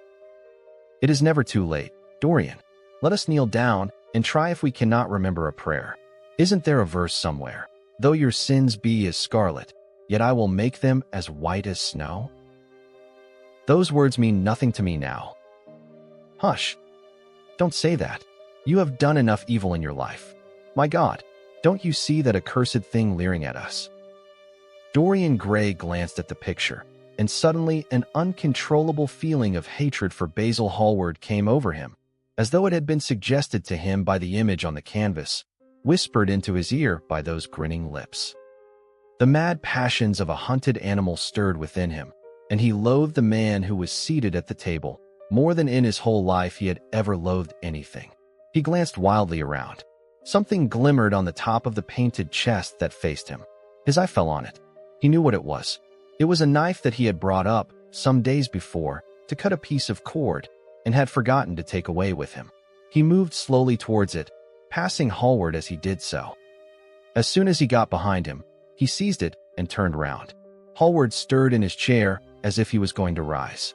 He rushed at him and dug the knife into the great vein that is behind the ear, crushing the man's head down on the table and stabbing again and again. There was a stifled groan and the horrible sound of someone choking with blood. 3 times the outstretched arms shot up convulsively, waving grotesque, stiff-fingered hands in the air. He stabbed him twice more, but the man did not move. Something began to trickle on the floor. He waited for a moment, still pressing the head down. Then he threw the knife on the table and listened. He could hear nothing but the drip on the threadbare carpet. He opened the door and went out on the landing. The house was absolutely quiet. No one was about. For a few seconds he stood bending over the balustrade and peering down into the black, seething well of darkness. Then he took out the key and returned to the room, locking himself in as he did so. The thing was still seated in the chair, straining over the table with bowed head and humped back and long, fantastic arms. Had it not been for the red, jagged tear in the neck and the clotted black pool that was slowly widening on the table, one would have said that the man was simply asleep. How quickly it had all been done. He felt strangely calm, and walking over to the window, opened it, and stepped out on the balcony. The wind had blown the fog away, and the sky was like a monstrous peacock's tail, starred with myriads of golden eyes. He looked down and saw the policeman going his rounds and flashing the long beam of his lantern on the doors of the silent houses. The crimson spot of a prowling hansom gleamed at the corner and then vanished. A woman in a fluttering shawl was creeping slowly by the railings, staggering as she went. Now and then she stopped and peered back. Once, she began to sing in a hoarse voice. The policeman strolled over and said something to her. She stumbled away, laughing. A bitter blast swept across the square. The gas lamps flickered and became blue, and the leafless trees shook their black iron branches to and fro. He shivered and went back, closing the window behind him. Having reached the door, he turned the key and opened it. He did not even glance at the murdered man. He felt that the secret of the whole thing was not to realize the situation. The friend who had painted the fatal portrait to which all his misery had been due had gone out of his life. That was enough. Then he remembered the lamp. It was a rather curious one of Moorish workmanship, made of dull silver inlaid with arabesques of burnished steel and studded with coarse turquoises. Perhaps it might be missed by his servant, and questions would be asked. He hesitated for a moment. Then he turned back and took it from the table. He could not help seeing the dead thing. How still it was. How horribly white the long hands looked. It was like a dreadful wax image. Having locked the door behind him, he crept quietly downstairs. The woodwork creaked and seemed to cry out as if in pain. He stopped several times and waited. No, everything was still. It was merely the sound of his own footsteps. When he reached the library, he saw the bag and coat in the corner. They must be hidden away somewhere.